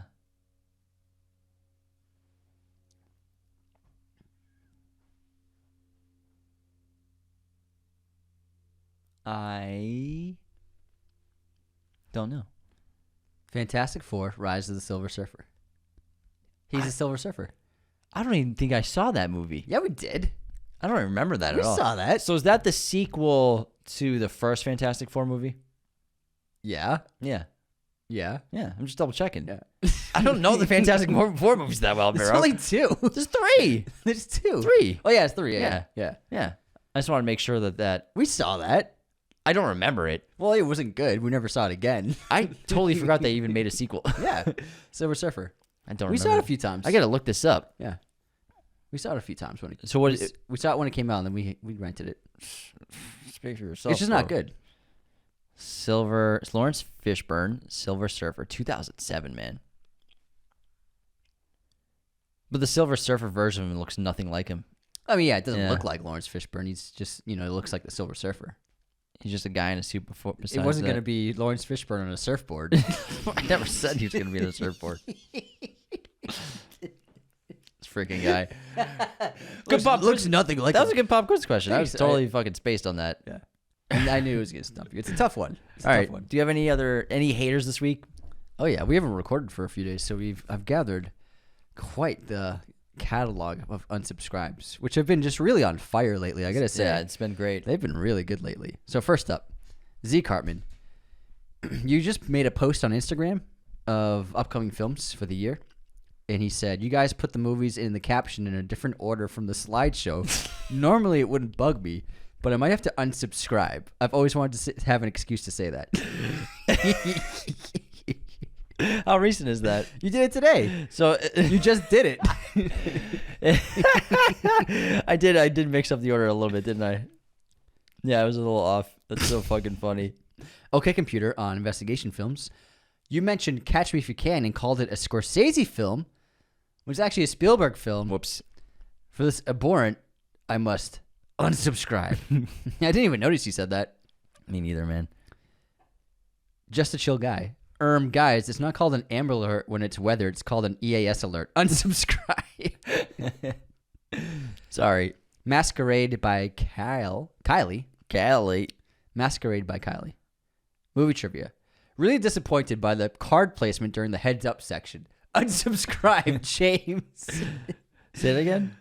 Disappointed by the card placement during the heads up. Oh, sorry. James is putting his card everywhere. I was doing my best. He's throwing. He held the card in every possible area. I was very stressed. Best investigations. Chaz Michaels. If Rear Window is on this list, then Disturbia should have a mandatory spot as well. If you've read and investigated my comment this far, you've probably put 2 and 2 together and know that I'm now definitely going to unsubscribe. Oh, we totally fucked up. That would have been a good one on there. Yeah. The most loneliest day of my life. Natalie, Catch Me If You Can is not a Martin Scorsese film. First of all, it's too much of a feel-good movie to even be from him. Second of all, this is Steven Spielberg erasure, and for this I am unsubscribing. I didn't even notice you said that. In defense of Scorsese, Hugo is a very feel-good movie. It is a feel-good movie. The end, it's very sweet. It's a great ending. Cough Taj. No Kiss Kiss Bang Bang or The Nice Guys. Dudes, I get it. I can't forgive Shane Black for The Predator either. But you have to admit, those 2 films are investigation movies, and pretty good ones too. You leave me no choice but to unsubscribe. That is a good. I like Kiss Kiss Bang Bang. Oh yeah, we with any of those lists, you're gonna miss plenty. Honestly, yeah, we didn't do The Nice Guys either, or That's the what other they just said. guys, That's what or they the said. other guys. Yeah, the other guys is great. Yeah. I mean, then you got every cop movie. You can't put every cop. That's what I'm saying about the sci-fi. Then you're putting every sci-fi movie. Yeah, on if the you list. do a cop movie, you're right. Start then with the one cop movie. It's like literally every cop movie is Yeah, an investigation. They're all investigation films. All right, next up, Benny. How dare you guys gaslight me again, putting Insomnia shots mixed with Wind River directly after showing Insomnia on a night where I didn't sleep because I've actually had insomnia since 2010. I've been watching all Avengers movies all night, starring Elizabeth Olsen and Jeremy Renner as Scarlet Witch and Hawkeye, who are also in Wind River. Unsubscribe. Would you put the wrong photo in? I put I think I copy and pasted a couple of photos. And So when River was on Insomnia, I think a couple shots. Yeah. That's funny because it's the opening movie that we talked about in that episode. Way to go, pal. They were both very blue. Just one. It happened once. One time. All right, next up, Kieran Dockery. Put this podcast on to fall asleep. 90 minutes later, I'm still awake and I was too involved with playing along with the games on the movie trivia. Work is going to be painful in a few hours. Unsubscribe. Sorry, pal. It was very fun. It was very fun. Mason Lavender. I've been listening to you guys since 2022, and I Wow. decided that I need more.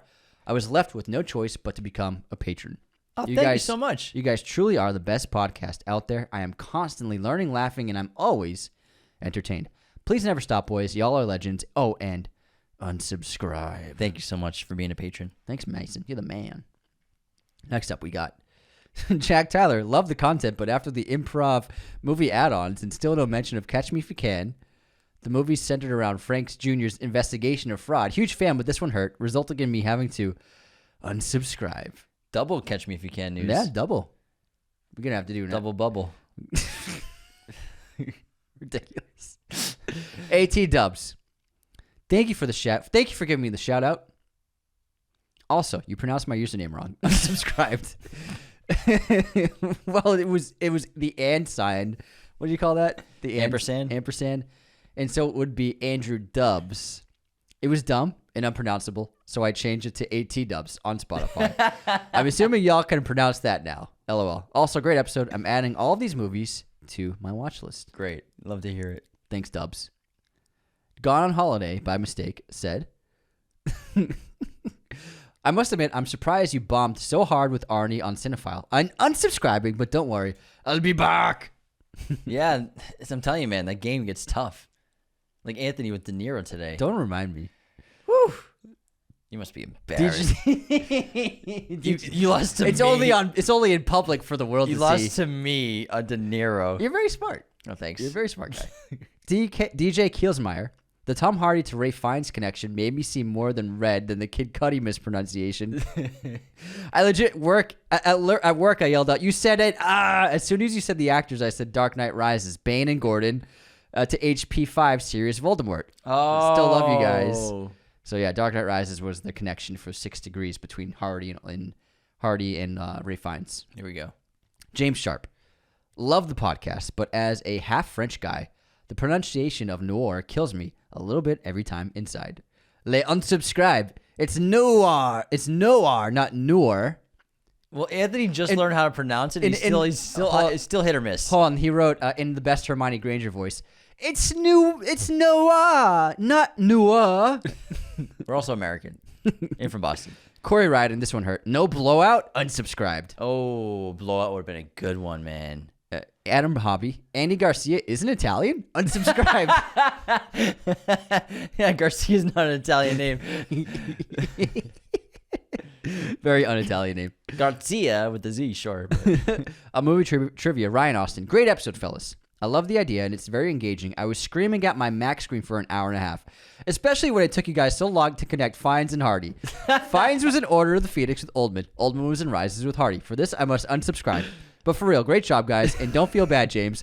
There's Movie Nerd, and then there's Anthony Deveney. Laughing face. Thank you. Fucking got fucked up that whole episode. Sorry, man. I got like 3 cards. Connor will. Sorry. Well, I'm good at this one. I'm good at the poorly explained movies. But Anthony and Cinephile is just like, fuck off, bro. Except for today. Connor Wilkins. Bro, you guys couldn't think of Shrek for Eddie Murphy? What the hell is wrong with you? Dr. Dolittle before Shrek? Unsubscribed. For 90s kids, man. Yeah, 90s kids. We were watching Dolittle before. Next up, Luca. Couldn't tell if you guys said Roberti di Patensini or Roberti Patensini. What a way to go and unsubscribe. All right, next up. Doug. James, we should kick it. Me. Unsubscribe. Nice. Let's do it. All right, next up. Mustard Doctor. You guys guessing films for Eddie Murphy and Cameron Diaz, and no one said Shrek? Shrek? Breathes in. Unsubscribe. I'm tough with the animated movies. I need to see their face, man. I'm a visual guy. I'm visuals. Cortage. Coftage, I mean. You guys couldn't stop yapping about Poor Things all year, and you forgot Willem Dafoe was in it? Unsubscribe. So true. So true. Next up. Sorry, that was a really funny one. We got a real hater.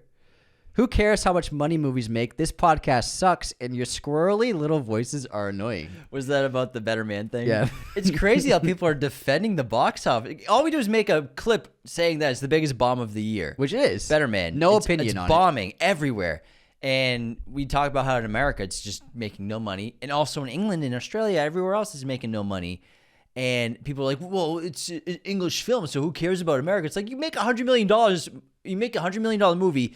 You need America. You need America. Canada. You need North America tickets because You need me on that wall. They have you to want sell. me on that they wall. have to make $300 million to turn break even on that movie. Yeah. When they factor in marketing plus splitting with movie theaters, they need $300 million. You need North America. We were just breaking down its performance. Yeah, they just defend it like. And then I also said it's very sad. Yeah. I said it was very sad. It's not like we're shitting on the movie. Facts are facts. I said it was I said it was very disappointing. I love how the comments are like, "Who cares about the money?" It's like the people who funded it care. Yeah. they're gonna go out of business. They're gonna go bankrupt now. It was actually mostly government funded. Oh, by BBC in the UK. 5 countries. Wow. America was part of it too. A funding better man. Yeah. Why? I don't know. I don't know. But why male models? Are you serious? I just told you. Why did we fund Better Man? I don't know. 5 governments. I'm sure it's a great film. I haven't seen it. I know. Yet. I'm going to see it soon. I want to see it, but I mean, why? What the fuck? Why did they film a Robbie Williams biopic? I don't know. All right, next up, Justin Bowman. I was screaming Eddie Murphy and Kurt Russell movies when you guys couldn't. Coming to America, Daddy Daycare, Bone Tomahawk, Fast and the Furious is 8 of them. Fast and Furious 8, etc. Also, wait, who was in Fast and Furious 8? Kurt Russell? Yeah. I didn't know that. Yeah. Also for Damon, my favorite movie, Saving Private Ryan. Oh my God, we didn't even think of that. Didn't say Saving Private Ryan. Damon got tough. I don't know why. I did fine with Damon. I was blanking on Damon. I did fine with Damon, yeah. Oh man, that was a rough day. Dirty Harry 2, shaking my head. The Magnum Force disrespect makes me unsubscribe. This is from Jeremy Walker. Been listening for at least a year now. I still have no clue which one of you said it. It was me. I admit it. It was me. It's okay. At least he did. What would you admit? What did you say wrong? I just called it Dirty Harry 2. Oh, yeah. Dirty Harry, 1971, Magnum Force. A couple years later, yeah. No big deal. Oh, yeah? A couple years later. No. James is an expert, apparently. What's the third one called? Fuck you. Fucking poser. Absolute poser. Fuck you. He's got the year right. My animations. Due to the refusal of acknowledging Zendaya is not in fact blonde, I must unsubscribe. Okay, so that I have to give us some context. I have to. So what was it? What did you say? It was what's the musical with The Greatest Showman? The Greatest Showman. Yeah. That was the thing. Yes. You were trying to say that so you were giving me hints and I had to say The Greatest Showman. Oh, it was right? Heads Up. Heads Up. Yes. And you said blonde. Uh-huh. But Zendaya's blonde in that movie, so that's why I said Zendaya or something like that. Yeah. Because I was talking about Zendaya being blonde in that film, not in real life. Yeah. Gotcha. So that's why I kind of have to rebuttal that a little bit because she is blonde in that film. Well, right? Is she? I don't think she's blonde in or that does she film. have pink hair? I thought she was blonde. In Greatest Showman? I thought she was blonde. Hold on. I think you're wrong. I think your Is it rebuttal pink? It's either blonde or pink. It's pink. Fuck. I'm gonna rebuttal your rebuttal. Yeah, it's not. Sorry, Maya. James is really fucking wrong. James was wrong twice. She actually has dark hair and she wears a pink wig. She does not have blonde hair at all. So I guess I didn't really pay attention Sorry, to Maya. Greatest Showman. Except for, this is the greatest show! I got your back, Maya. James, your rebuttal Triple wrong. Your rebuttal has been rebutted and fact checked. And Quadruple wrong. You're as wrong can be. Zendaya does not have blonde hair. She wears a pink wig with dark hair. Okay. Anyways, let's move on real quickly to something else. Bev97. Should I unsubscribe for your game being wrong? In Pretty Woman, she went to a polo match, not the racetrack. So the game was wrong then, huh? Yeah, I guess so. So that was poorly explained game. Nobody's perfect, I guess. Yeah. Nobody's perfect. They didn't even fact check their card game. Cinephile, you guys made a mistake. I mean, yeah, I guess. I mean, there's so many cards. But yeah, I guess that's. Yeah, I think they were thinking of My Fair Lady. Maybe. Because there, in My Fair Lady, she goes to the racetrack. But who's the person that made the cards? Don't worry, I'm right. I got. Are you sure? I'm right. Trust me, Steve. Are you right? Are you sure about that? Are you Trust sure me. she goes to the racetrack? Yeah. Don't worry. I've seen it. I've seen it. Have you even seen it?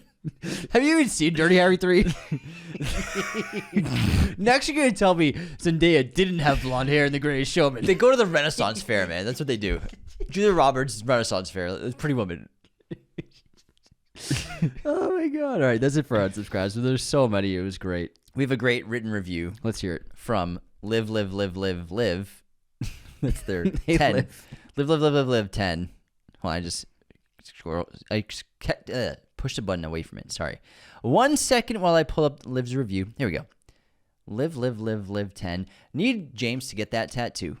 Again, at 5,000 Apple ratings, tattoo of Anthony's choice. Or no, it's 4,000 now. Also, obviously, love you too. Keep up the fantastic work. You guys don't rely on enraging your listeners for engagements. Your attitudes are always sweet, positive, and endearing. Keeping things clean and E-rated is also awesome. I can listen with anyone in the car without them getting offended. You respect your listeners. You speak calmly and without negativity or disdain. You use your love for film to garner your fans, and I couldn't be happier to support Liv. Thanks, Liv. That's a special message.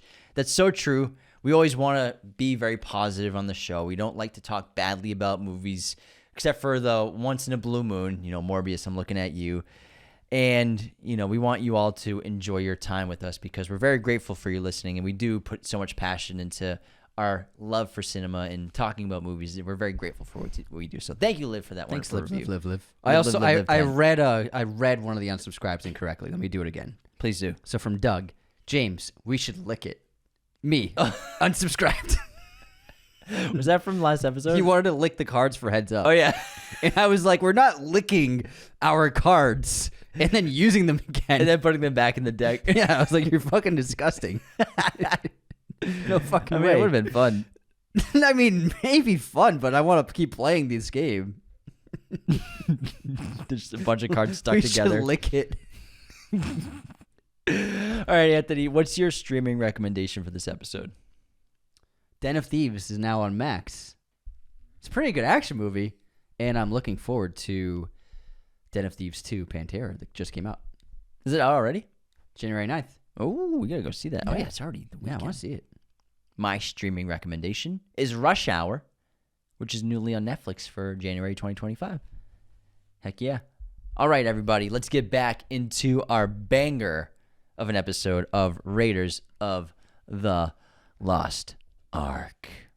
I thought you were going to say podcast. So you know about how obviously Spielberg, whenever he makes an Indiana Jones film, he gets the Paramount logo with the mountain in the background or some structure that looks like the mountain logo?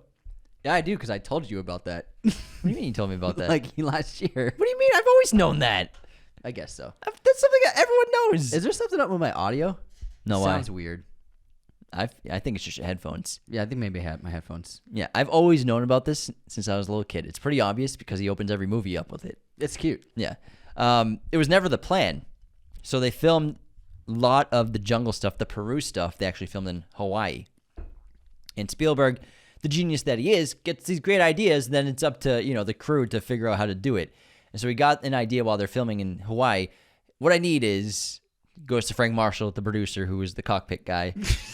I need you to find me a mountain that looks like the Paramount logo. And there's this great interview where Frank Marshall's like, if Steven Spielberg asked for something, you do it. So he drove around the island they were filming on for hours until they found a mountain that looked like the Paramount logo. And that's how they came with that. And they started doing it for all the movies. Do you want to just talk about the opening? The opening's incredible. It's a great. I think it's 9 minutes or something in total, something like that. One of the best opening scenes ever. It's just it's fabulously directed and so well shot, and a lot of it is kind of like it's like a silent film, really.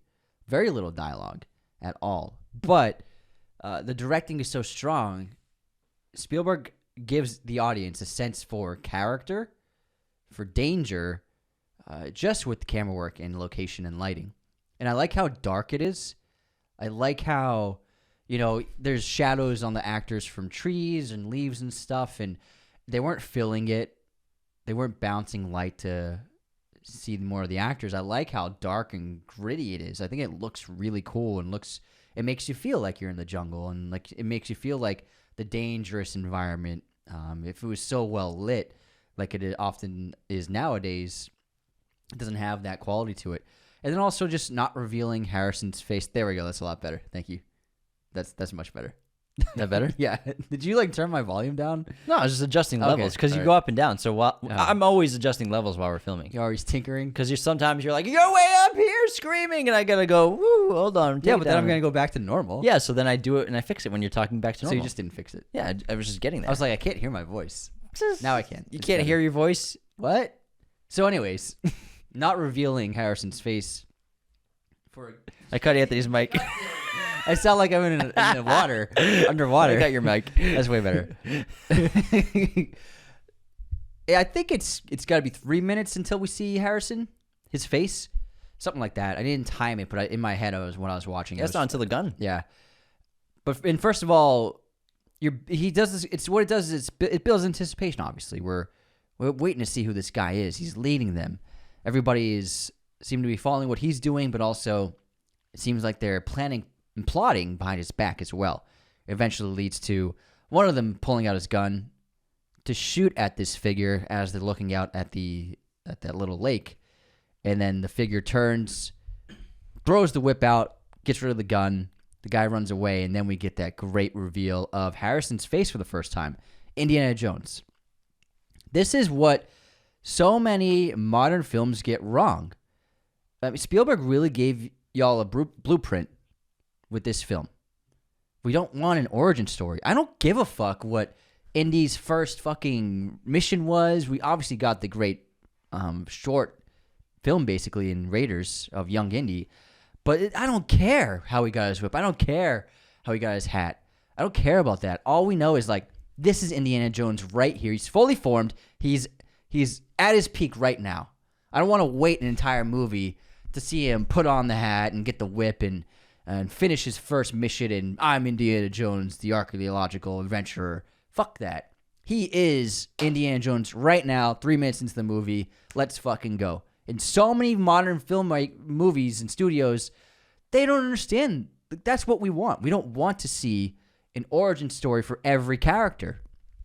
It really works so well. And it's so impressive. You're like, who is this guy? Your first time watching this, you're like, this guy's like the coolest guy ever. Seems like nothing scares him.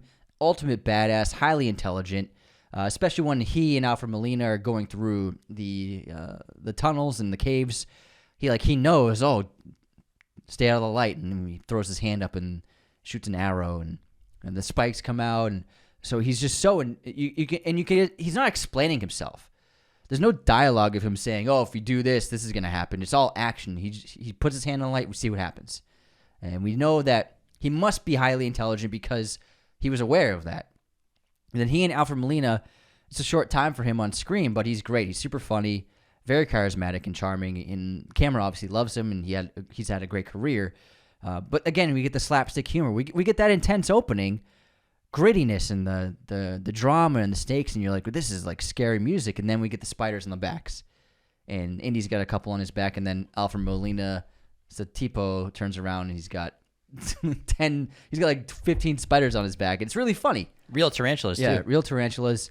And what's funny about that is, so when they first put him on his back, none of them moved. They were just frozen, I think, out of fear. And then, in order to get them to move, you bring a female over to them, and then they all start moving around. And then we get to the idol, and we have this incredible set, the steps, all the little button steps on the floor, avoiding those, and it really is like, this is like such a key moment in the entire franchise. We get the great camera work, the chin scratch, the music, and just like that glowing light from the idol glowing onto his face. Also, I love the shot because he doesn't do that many close-ups, Spielberg. When he does, it's something really important, or it's just like a really cool shot. And then, so we get this like a medium wide of Harrison, and he's pulls out his sandbag, and he's looking at the idol, and then he puts his hand into the sandbag, and he pulls out some sand, and he starts dropping it. But we get a reverse close-up with his hand in the foreground of the frame, and then the idol is out of focus in the background. That's one of my favorite shots of the whole movie, just like that close-up of his hand dumping sand out. It's just fantastic. Did you know about the idol's eyes? No, tell me about him. So originally, in the script, and what they shot was the idol's eyes moving. No way. And so there's even a remote control that they would control the eyes. And so basically the idea was as Indy travels across the room and wanders his way up to the idol past all the booby traps, the idol's eyes follow him the whole time. Oh, like And paintings. so they ended up cutting that stuff from the scene, but there still are a couple shots, just quick seconds here and there, where you can see the idol's eyes moving because they were remote operating the eyeballs.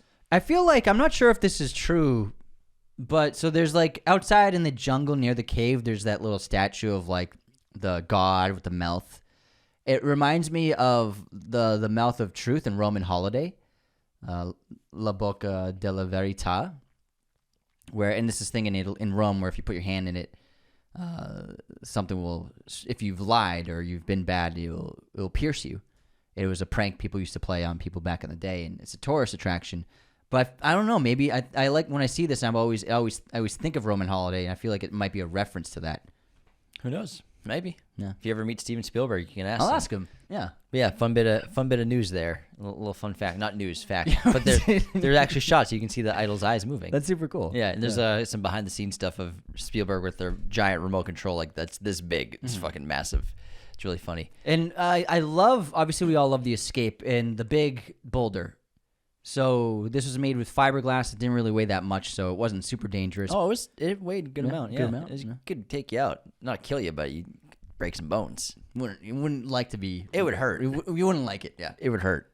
It wasn't actually planned to be a big show-stopping sequence. It was actually only 50 feet long, the track for it. And then when Spielberg saw it in action, he loved it so much he actually asked them to double the size of the set because he wanted to get multiple shots of Harrison running away from it. Fuck yeah. It looks He's awesome. a genius. It looks incredible. It's iconic. One of the best opening scenes ever. The whip going across the little moat to death, the betrayal by Satipo. It's all perfect. It's brilliant. It's genius. Like Anthony said, the studio's got to do this. You know, Kraven the Hunter, same thing. I called it. They all do the same thing. The whole movie is an origin story, and then the poster, the final character design, Uncharted with Tom Holland. The last 5 minutes is like the character. Just do that in the beginning of the movie. I don't understand why they keep doing it. I really don't get it. Because they can't.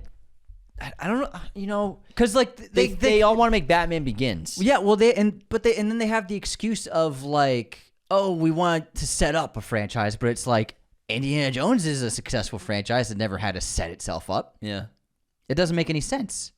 It's not great logic. It's worked here and there. That's the thing. Yeah, I mean, But I mean, Blade's Blade at the beginning of Blade. Yeah, it has worked. Sam Raimi's Spider-Man, it's great. Yeah. Nolan's Batman, it's great. Well, every Spider-Man except for Tom Holland's. yeah, true. So I hope that studios will stop it. Just stop doing it.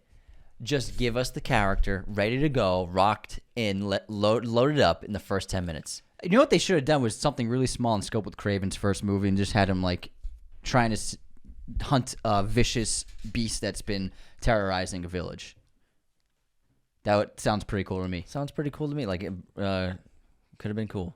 Oh, well. But anyways, back to Indiana Jones. Just a brilliant opening to a brilliant movie. And, you know, I think the first act does a phenomenal job setting up the conflict, setting up the supernatural mystery, the appeal to the audience. You know, we have this great character. We get his adventure. Then we get him teaching in school. And then, you know, we get, like, the female fascination with Indiana Jones, the girl with the I love you drawn on her eyelids, getting the job from the government after they approach him and Brody about information for the Ark of the Covenant. He gets approval to go for the Ark of the Covenant. And then this movie's cooking. You know, it's a really good opening. Let me stop you there. I really like the sequence with the government guys. It's great. It works really really good well. scene. And honestly, this is 10 minutes of exposition. Yeah.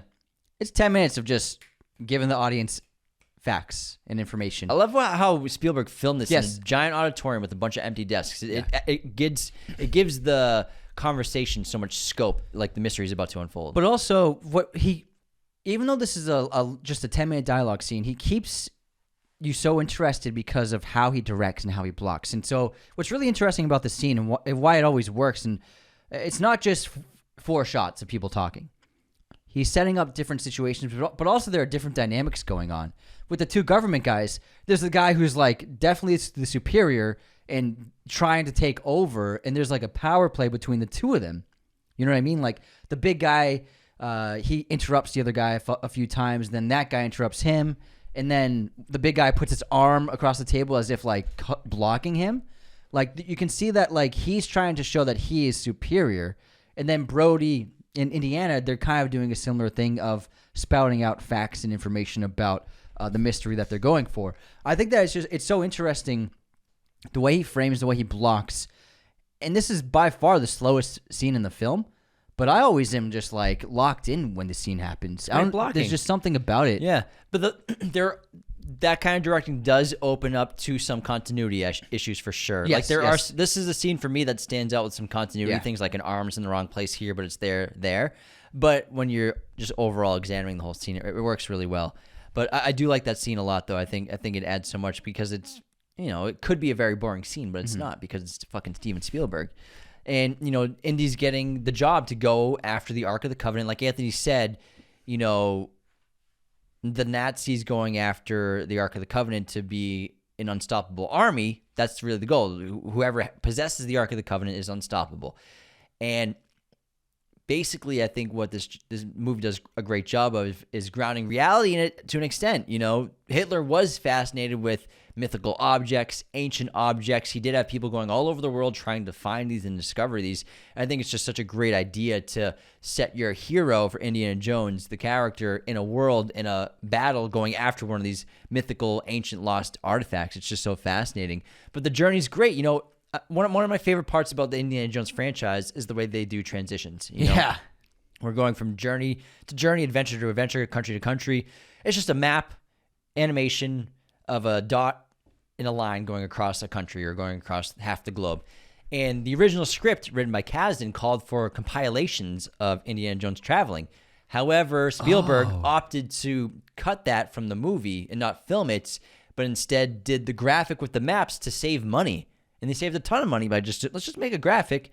And it's so much fun. It adds so much campiness. It brings that serial quality to it. It brings it like that sort of 1930s feel. It makes you feel like you're looking at a map, or it makes it feel like an old graphic novel. And I think it adds so much to the film, despite just doing it to save money. It's become iconic and part of the what an indie film is. And speaking of Hitler, I think it's so smart that we never got Hitler as an actual character. He shows up in number 3 for that moment where he signs the book. But I think the autograph. Yeah, the autograph. I think it was so smart to never use him as an actual character device in any of the films. I think it would have taken away. I agree. And then, because then it's a really big force in terms of a person who's lived. It just always worked for being fictional characters and no one real as a villain in the movies. I completely agree. And, Indy's first stop is Marian, who's living in this country that she can't get her way home from. She's trying to save up, but, she's been stuck there. Her father was also an archaeologist, sort of the mentor of Indiana Jones. They had a relationship in their past. And we talked about earlier how she's running this joint. She's so funny. She's hard-nosed. She outdrinks that big guy. But she's hiding the medallion. This scene it's for writing and for directing. This is a perfect way. And they did the same thing with Indy's opening. You show the audience who this character is. You don't tell them. You don't have a character say, "Oh, she's so great and she's strong and she can do this and she can outdrink anyone." You have her do those things so that the audience doesn't need to be told what she is. They see what she is. I think so many scripts these days, they don't have any patience. Yeah, it's all like we have to regurgitate and say it with words. But it's like behavior is really the number one tool. And you get so much from the drinking contest from Marian. You get so much. She's obviously can hold her liquor. She's not intimidated by all these guys around her, especially one being massive in front of her. And she's clever. She outdrinks him, but also is faking it the whole time because she's fucking awesome at drinking booze. And then she speaks a different language. She owns the place. And then Indy's revealed to her with the shadow and the door opens. It's fucking awesome. Yeah. I think it's just a great opening for a character. It really is just like perfect filmmaking. And once she and Indy start talking, the audience already knows who this person is with 100%. Yeah, and you can feel their past relationship. Yeah. And he's after the medallion that her father had, and then she says she knows basically what it is. And Indy leaves, makes her, and he turns her into bait and waits for the Nazis to go there. Which then this awesome action scene ensues. So much great practical filmmaking, so many great squibs. We got fire, we got gunshots in an indoor set. Freaking awesome. Most of the set is obviously dressed and tempered so that it's fireproof or fire retardant. So most of the wood won't burn, so they can actually keep lighting the fire. That's how they can do that keep line. the fire going. Yeah. Because you have to keep. I mean, you have to keep lighting that thing, and you're cooking basically. But that's an indoor set that they filmed this scene. I love this set. Yeah, me This is too. one of my favorite sets of the movie. It's great. I think it's really well designed and Campy, it's clever. We have the bottle, the booze thing that Yeah. Marian, when she drinks the booze, and I love that shot when it's so when funny. it's pouring out. She takes a sip. Yeah. I would do the same thing. It's like I need to limber up a little bit. I love the sequence, and also no music. Yeah, No music at all. It's all sound design. It's all gunshots and fists and flames. and yeah, Foley art. I think that it works so well without any music from John Williams, who we will get into, I'm sure, and a little bit more. But I think that this is such an older film. So many modern films, smart directors will do the same thing. They will forego music in a really great scene where the sound design can really fly. And I think that Spielberg is someone who understood that. You think about the end of Jaws, the finale. It's Brody and the shark. There's no music when the shark's taking over the boat. There's no music when Jaws jumps on the boat and kills Quint. There's nothing. It's just the sound design. It's just the squeals, the screaming, and then Jaws breaking the glass. We hear the breathing of the shark. There's no music at all in that 5-minute span, and it works so well with just the sound design. This is something that Spielberg often did in his career that so many people have copied. And then Egypt, we're really upping the scale of the production and also the entertainment factor with a ton of great humor, tons of extras here. We're in Little Cairo, which is obviously in Tunisia, supposed to be Egypt. Salah is the guide and an old friend for Indiana Jones. He's an excavator and an old Egyptian digger who has connections. He knows where the Nazis are digging. But also we have the whole basket sequence of Marian getting kidnapped and going inside the rooms, getting chased. We have the guy with the sword. It's a lot of fun. It's very campy. It's tongue-in-cheek at times, but it's so entertaining. It's so fun. I love the guy when he pulls out the giant sword laughing. And Indy's like, you know what? Takes out his gun and shoots him with a revolver. It. Yeah, I love that stuff, which was not improvised, but unplanned. Frank Marshall came up with the idea. Yeah, because they had a whole fight, but then he's like, can I just shoot the guy? They didn't have time. Yeah. The fight was supposed to be big and choreographed, and the whole crew's miserable, running out of time, running out of daylight. 130 degrees. Yeah, you had a huge crew. You have to get a ton more shots. Frank Marshall came up with the idea with what if you just shoot him? And it works. It's great. It's just adds to the element of Indy. He doesn't mess around. He's not a straight-laced good guy. He has to kill someone, he'll fucking kill him without hesitation. Yeah, that's what I love about Indy. Yeah. He's morally gray, but mostly a good guy. And also he thinks Marian dies. I thought the first time I saw this movie, I thought Marian got blown up too. Let me ask you. That's still the biggest question I think with this film is why did they even go to the trouble of switching the baskets if they were thinking we might be able to kill him right now? Why switch the baskets to fool him? You mean why not put Marian on the truck? I always interpreted that they thought they put Marian on the truck. Then what happened?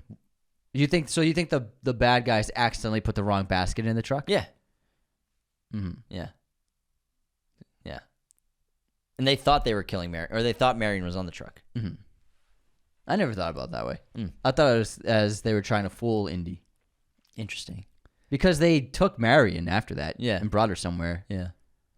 So why switch the baskets? Yeah, that's a good point. I think it's just Spielberg making a twist for the audience. Yeah. Is all it is. That's a good point. Because it really is. It's kind of a futile thing to do.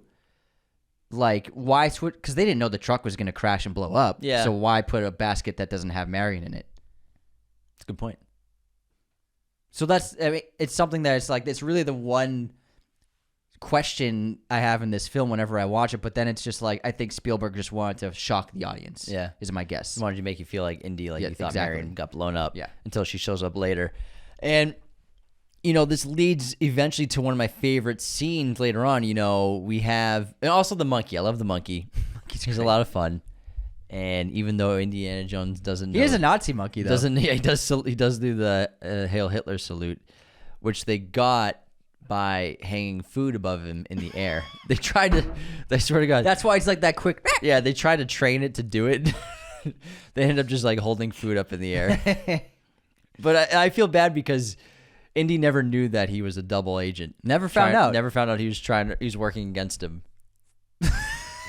He died. Indy thought he died a hero. Yeah, he thought he was his friend. He sacrificed a martyr. Bad date. I swear, every time he dates it, he goes, bad date. I can't help it. Bad date. But no, I think one of my your dates, you eat them. You eat it. It's like Tom Selleck wouldn't have done that. Yeah, exactly. You eat it. One of my favorite scenes is the map room. You know, yeah. Indy and Sala, they know where the Nazis are digging, and Indy discovers that they're digging in the wrong place. They discover it together because they have that person, that old scribe, read the old language. They're digging in the wrong place, and then he finds out where you're supposed to dig, and they go there. It's really great. But this map room, it's such a gorgeous set. You know, the production designer, Norman Reynolds, God mode on this movie. So many great sets, so many ancient tombs that you kind of have to just like come up with or obviously draw inspiration from. But I love this scene because it's really special. It's our first real hint, I think, at something kind of supernatural happening. Even though it's not exactly supernatural, you can argue it's just done with great, you know, ancient technology with this staff and this specific medallion. But the orb of light, when it shines on the location of the Ark of the Covenant at the right time of day, held on the specific height of this staff, it's a magical moment. One of the best moments of the movie. You know, the whole set lights up gold, and it looks phenomenal. It's really a magical moment in this movie. And I mean, the score is so fantastic, and it's like one of the best ever. Obviously, we all know, and we all love the iconic themes. But I really love the Ark of the Covenant theme that you hear in this film. Oh, the scary one, yeah. Yeah, it's intense. I think it's a really great theme, and it's so mysterious and so emboldened, and it's just got this incredible flow about it. And you hear it throughout the course of the film. Anything regarding the Ark of the Covenant, we hear that theme. It's really one of my favorite pieces of music in the film that I don't think ever really gets that much attention. It's really the big melodies that get all the limelight, deservedly so. But I think the Ark's theme is really fantastic. Yeah, I mean, getting to the Ark is great, but we'll get to that in a little bit. But again, this has one of the best silhouettes ever. Yeah. Ever in cinema, with Indy on top of that hill, the sun setting, and the guys digging all around him. It's just such a phenomenal shot. And the closest thing I think Spielberg's done to it is the one he did with E.T. Extraterrestrial in the valley on Halloween night. Describe it? It's a silhouette just like this. It's a sunset silhouette with E.T. and the kids going trick-or-treating. Oh, on the street. Yeah, trick-or-treating. Yeah. Well, he did the same shot with another group of people digging a grave. Which movie? Saving Private Ryan. Okay, yeah. That's what I would say was like as much of the same shot as you can possibly get. Did you know that Spielberg and Melissa Matheson, they were writing E.T. the Extraterrestrial during breaks from Raiders of Lost Ark? So she would come to set because she was visiting her husband at the time, Harrison Ford, and Spielberg was telling her about this idea that he had for this movie. And so when they were taking breaks from Raiders of Lost Ark, Spielberg and Melissa Matheson were writing E.T. the Extraterrestrial on set. Love that. It's fucking crazy. What a fucking genius. You're doing that. You're making Raiders, but also writing E.T. at the same time. He's the man. He's the man. He's the man. And then we get the funny scene with when Marian with Belloc. With Belloc, she's been captured, and she comes up with this scheme. I can try to get him drunk and then leave without him doing anything. Yeah. By out drinking him. And then we have the Gestapo. We talked about that earlier. I love when Indy finds her. He's so happy to see her, but he's like, I need you to pretend like you never saw me. I'm going to leave you here. Just stay right here. And then, you know, the Well of the Souls, which we talked about earlier quite a bit, is another huge scene in this movie with the snakes, but also they discover the Ark of the Covenant. But right before that, so there's two moments. What I really love is you feel the otherworldly power of this thing twice before they even find it. So you feel it when that symbol, the guy is reading the symbols on the staff's top. When he's reading it, like the wind starts blowing into the apartment, so fiercely, and stuff flies around, and they're just all like Sala and even Indy are like, shit, what the hell is that? But then when they're digging and they're lifting up the tomb's opening, and the sky behind them is just like this crazy storm with crazy contrast, and the clouds are moving, and there's lightning. It's like, oh my God, this really is this a force of God that's doing this? It's really cool. I love it. Yeah, it's really incredible stuff. And him and Sala discovering the Ark, lifting it up and carrying it and putting it inside the box. That thing must weigh a ton. Man, I don't know how strong they are. It's also a gorgeous prop. Yeah. It looks so good. It looks like actual gold, and it glows so brightly inside this tomb, the Well of the Souls. But obviously, Indy's double cross. They pull the box up, Sala goes up, and then the rope gets cut off.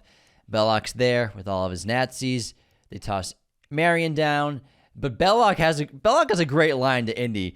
He's like, "Hey, maybe one day you'll be worth something down there. Like in 1,000 years, you could be worth something." Mm-hmm. And he's like, how fitting for you to die inside of a tomb. It's actually a really good. I think he's a great villain. Good line. He's an excellent villain. I also really like his line when he pulls out his pocket watch, and he says, "This is worthless, but if I dig it, put it into the ground, bury it. In 1,000 years, it's priceless." And then it's a great contrast of two men who love history and love archaeology, but they have completely different approaches to how they go about it. Exactly. And I love again, this tomb is incredible as well. I love the giant Anubis statue down there too, which, man, they just toss Marian down. And good thing she catches that mouth and Indy catches her. But the way they discover her to get out is so fun. But I love when they close the top. And it's like, yes, it's just like Pet Detective when Jim Carrey's screaming with the glass. You hear Marian screams, and then it just nothing, just silence as it closes. It's great, and I love Spielberg so much because he understands what audiences need, and he understands what this kind of movie is. Realistically, if you're down in a tomb with a couple torches, it's not going to be much light, but you can see everything in this fucking set, and I don't care. I don't care that there's light that doesn't make sense in this scene. I really don't. It works fine. Whatever. It's great. It's dimly lit, and there are lights coming from somewhere, but I don't mind at all. Bro, they didn't have an abundance of highly advanced LEDs to do whatever they could with lighting back then. No, but I'm not even talking about LEDs. Yeah. Like, I'm just talking about realistically, if you had two torches down there, it'd be dark as fuck still. Yeah, for sure. You know what I mean? Yeah, I mean, it'd be so dark and so red, but this is older filmmaking. It looks great. Yeah. It's just like, hey, just put some lights up. We'll figure it out. I mean, the audience needs to see what's going on. Yeah, exactly. Yeah. I love it. I don't care. And Indy's very clever. He discovers the snakes coming through the wall and knocks that thing down. And then we have that great moment of Marian, like we talked about with the skeletons and the mummies and how funny and campy and terrifying it is. And Spielberg just holds it for like a minute with all the screams. There's a lot, yeah. It's so good. You don't need the screams, but it makes the scene great. And then followed by their escape, conveniently finding a loose stone wall, which is great. But then thwarting the plot, we have that jet fight that we talked about with Indy and the guys, where they get chopped up. He saves Marian, but also this set piece again, that rotating jet. But then we have the gasoline with the fire trail, which is sensational. Just adds so many stakes. Great ticking clock. Got to save Marian out of the cockpit. Got to get out of there before it blows up. It's just edge of your seat stuff. Yeah, and then it leads to like really the big show-stopping sequence is the chase. He starts out on horseback, gets into a truck, takes out a bunch of bad guys, and we broke down a lot of it earlier. But this really was like the gold standard of its day for stunt work and for an action sequence. And I mean, I love these films so much because you watch them and you're like, there's no CGI. There's one visual effects shot in the whole sequence, just one. That's the truck falling off the cliff.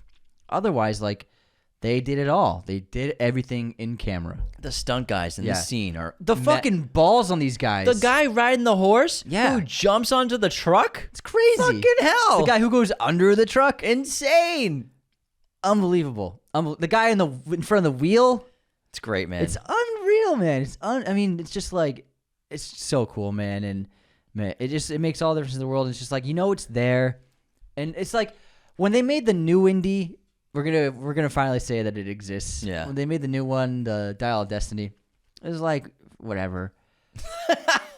But here's the thing: it's like seeing an Indiana Jones film shot with digital cameras And green screens. and CGI. Not that there aren't in Kingdom of the Crystal there's Skull. plenty of green screen, but there's also a lot of practical filmmaking in Kingdom, Crystal Skull. There's a lot of practical stuff, but as well as crazy CGI. And they went too far, but still, it's still shot on film. It still looks great. It's just like when I watched this, I was like, you know what would be really cool if they had made the new Indiana Jones movie look like this. If they had shot with this kind of film stock and did it with Technicolor and used older cameras, older lenses, it made it, and they lit it with big tungstens. It didn't worry about making it look as realistic as possible, but making it feel like an older movie. Wouldn't that have been cool? Yeah, but Disney would not have let them do that. No way. But I feel like I'm watching this That would last. have been amazing. I watched this last night, and I was like, I don't want a modern-looking Indiana Jones movie. I want another Indiana Jones movie that looks like the old Indiana Jones movies. I think that's where a lot of studios don't understand is sometimes the nostalgia is great, but nostalgia is more than just a name. Yeah. Nostalgia is an aesthetic as It's well. a feeling. Yeah. And there's just like, you get this feeling when you watch a lot of these old movies, whether they were finished with Technicolor or the other ones, and these certain film stocks which don't get used today. When you see something like The Brutalist, which uses an old film stock and old film coloring technique, Looks awesome. It feels amazing, and it feels like an older film. Feels and old. I would really like to see bigger movies start doing that. You can have filmmakers like Nolan who are just pushing the boundaries of what film cinematography can be. But then, like, why not go back and make it look like an old Indiana Jones movie with the stock? That's what I would have color done, grading. man. Like, that would be sick. That would have been... Throw all the fucking tungsten lights. I want to see lights I'm not everywhere. saying it would have saved the movie. No, but I'm saying it would have been cool. It would have been cool if they made it feel like an old Indiana Yes. Jones Yes. movie, for sure. I agree. I also love the whole submarine in the pirate sequence. Yes, The pirates, the captain of the ship is Salah's old friend, and he helps them out. And Marian and Indy, they have their night together for the first time in a long time. But then they get raided by Nazis, but with another ship, with a submarine. This is a real submarine that was used in Das Boot, actually. Uh-huh. So they actually were able to reuse it. One of the boats was from that film Das Boot that hadn't filmed yet, but they rented it from that production. And I like the scene because it shows the resourcefulness of Indiana Jones. You can catch everyone, but you can't find Indy. And then he's just swimming to the submarine. And now there's a deleted scene of the submarine sequence where Indy, with his bullwhip, so he gets on the submarine, everyone's cheering, he's like, waves them, yeah, I did it, guys! And we don't see Indy go in the submarine, right? We don't know how he gets in. So what happens is what they shot and what they cut from the movie is the submarine never fully submerges. It just goes low enough where the periscope is sticking up. Mm-hmm. So the periscope is just guiding them. You know, that's how a lot of submarines would travel back then. And so the submarine's high enough in the water where he just attaches his bullwhip to the periscope and just rides He it. coasts the whole time? Coasts the whole time outside the That's why submarine. when they get into the submarine pen, he's soaking wet. Yeah, and he's not inside. He never goes He inside never the went submarine. in. Oh, Yeah. he never went in. Exactly. So I always wonder, whenever I watch the film, I'm like, I wonder how Indy got in there. And then you look at the shot when he's hiding, and so it's like that interior hangar. It's actually a real submarine pen. It's called a submarine pen, where they stored and put submarines in. That was a real, actual former one. I think it was a Soviet one. And when it cuts to Indy, he's hiding behind the boxes. He's drenched. And whenever I watch the film, I always wondered, like, oh, he must have snuck inside the submarine. And when they parked it, he got out of it and swam. And that's why he's soaking wet. So, but no, he just was riding along on the surface of the water the Isn't whole that time. crazy? That's wonderful. Yeah, with the whip. I would have loved to see that. It probably looked too campy. Yeah, it might have looked. That made him. Maybe that looked too James Bondy. Yeah. I'm kind of glad they cut it. Yeah. And then, the rest of the movie's really, really great conclusion. Indy... well, first of all, when he's sneaking around the submarine base, this reminds me so much of a Star Wars movie. Yes. Sneaking around, stealing costumes, pretending to be like a guard. It's so Star Wars. It's really funny. Mm-hmm. But then we have the sequence. He gets the rocket launcher. He threatens Belloc, who's going to perform, ironically, a Jewish ritual with the Ark of the Covenant with a bunch of Nazis, because Belloc's smart. He's greedy, he's ambitious, but he's smart. He knows, if you guys bring this to the Fuhrer and it's fucking empty, you're all dead. Now, is it probably wise to open it now? I think so. So we should do this ritual, this Jewish ritual, again, very ironic, and we can check and see what's inside of it. Also, he wants to see what's inside of it, Yeah, too. he wants to for himself. And yeah. maybe he thinks he'll probably get power and he'll be able to take over the world or something. But it's a smart plan to, we should probably check and see what's inside of it. And so that's their plan. They're going to take it to a specific location.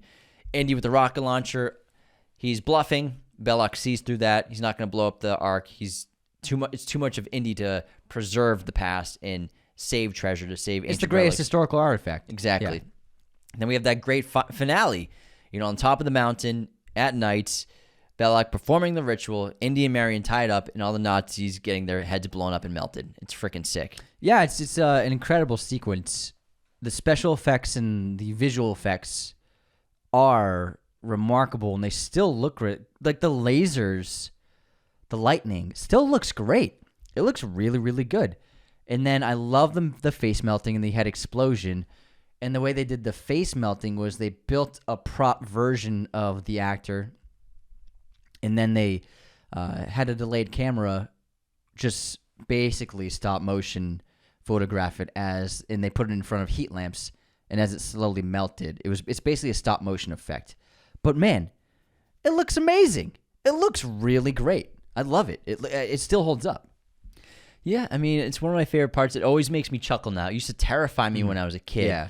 But when Tot specifically, when his face melts, that's one of the most iconic images from the movie. Yeah. Is that image, then Belloc's head exploding was so freaking awesome. And I love the visuals. They're really incredible. But also, Ben Burtt, he's one of the best sound effects supervisors ever. He did so many great movies, inventing so many sounds, like for the Star Wars movies too. He's such an unsung hero in so many great adventure films and so many classics in American cinema. I just wanted to shout him out. He came up with so many great ideas for sounds. The snake slithering is a mix of Bert running his hands through cheese casserole with wet sponges. The rolling boulder is actually a Honda Civic driving down a gravel hill. The Ark lid opening is the sound of a toilet cistern being opened.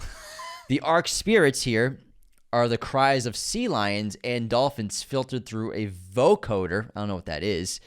And Jones's revolver is the sound actually of a Winchester rifle firing. And the whip crack was made by recording Ford using the whip, actually. So, Ben Burtt, an unsung hero in post-production of so many big movies. Sound design's great. He's like the godfather of sound design, really is. Did he do the Star Wars films? Yeah. Too? Yeah. There's a great documentary about him.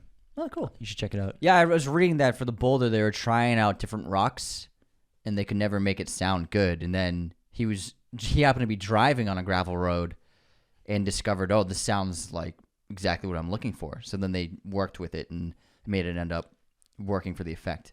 I love the ending to this movie of the giant endless warehouse. The Ark is taken by the military. Indy's not happy about it. Brody's not happy about it. And, they're like, was the settlement fine? Oh, yeah, the money's fine, but, it belongs in a museum. It belongs in a museum. Where's the covenant? It needs to be studied. Oh, it'll be studied by top men, by top men. By top men. And then it's just this endless warehouse. It gets put in a box, stamped with 9,980,000, and then pushed by this random guy in this huge room, this huge warehouse where millions of things are. And it's just so fun because what else is in there? And this is just going to get lost and forgotten in here, just like it's been lost and forgotten in the real world. I think it's just a fun parallel and sort of an ambiguous ending to what happens to the Ark of the Covenant. It's just so fun. Yeah, I really enjoy it. And I did like the playful nod to it in Kingdom of the Crystal Skull. Yeah. I liked that a lot. And then you heard the Covenant theme. Yeah. I liked it. It was charming. But again, you're right. Indy does dress really well. I gotta take back that statement. Yeah, He's got this dark blue suit with the hat. Sharp. Looks great. Looks really good. That 3-piece suit, man. Come on. Yeah. He's always sharp. Well, Clark Kent dresses well, I guess. It depends on which version of Clark Yeah, Kent which it is. version? Yeah. It is what it is. But it's still good. There is a duality. What do you think about Indy?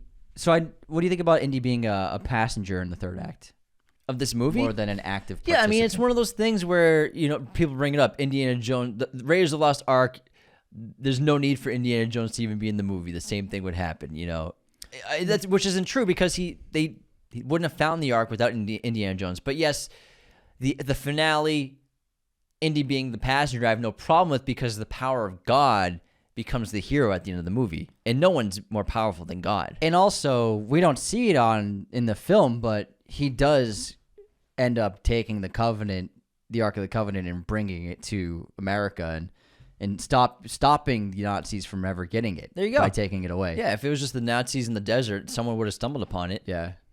So, I mean, it's just one of those silly things, but it's Indiana Jones, man. Who cares? He's smart and he survived. Oh, yeah. Surviving's enough. Don't look. Survive. Survive.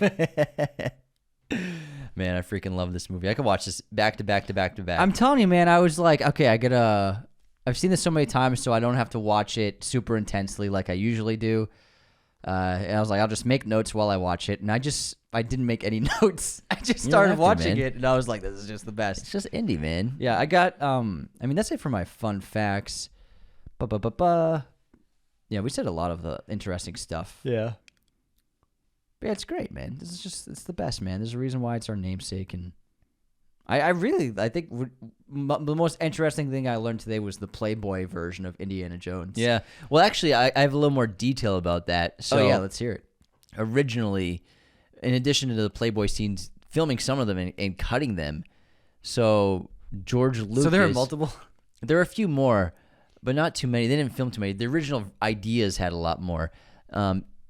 So Spielberg actually suggested making Jones an avid gambler or an alcoholic, but Lucas wanted Jones to be a role model who's they honest turned him into an alcoholic. and true and trusting. Where is the Playboy thing? Oh, here we go. Lucas wanted Jones to be a kung fu practitioner and a playboy, funding his lifestyle with the spoils of his adventure.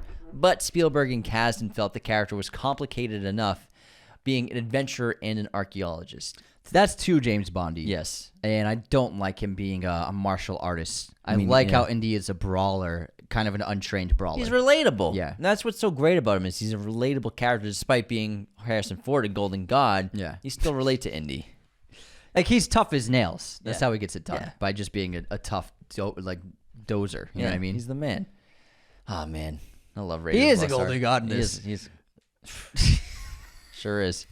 Well, next, I can't wait to talk about Temple of Doom. I know so many cool facts about Temple of Doom. Oh my God, I can't wait to which hear I them. won't talk about now because we have to save them for the next episode. What a tease. But what a fun way to really get this first month of 2025 going. We did some fun episodes to start the year, but now we're going to start strong with Indiana Jones, the trilogy of the 3 movies that only exist in the Indiana Jones franchise. Hell yeah. Just kidding. But I love this movie so much, and I know many of our listeners do as well. I'm so happy we got to finally do a full in-depth analysis and episode on it. It's about time. Next episode, we'll be doing Temple of Doom, and then Wolfman, and then The Last Crusade. So it's going to be a good January, guys. Hell yeah. Let's go. All right. Thanks so much for tuning in. Become patrons today of our show at patreon.com/Raiders of the Lost Podcast. Leave those 5-star ratings and reviews on Spotify and Apple. Subscribe on YouTube. Follow us on all the social media platforms. And take care. See you next time. This episode was brought to you by our chosen one patrons, Jacob Kossler and Nicholas Martin. Thanks so much, boys. Raiders of the Lost Podcast is a mirror image production. Sound mixing done by Jacob Kossler. Opening music by Chase Jackson.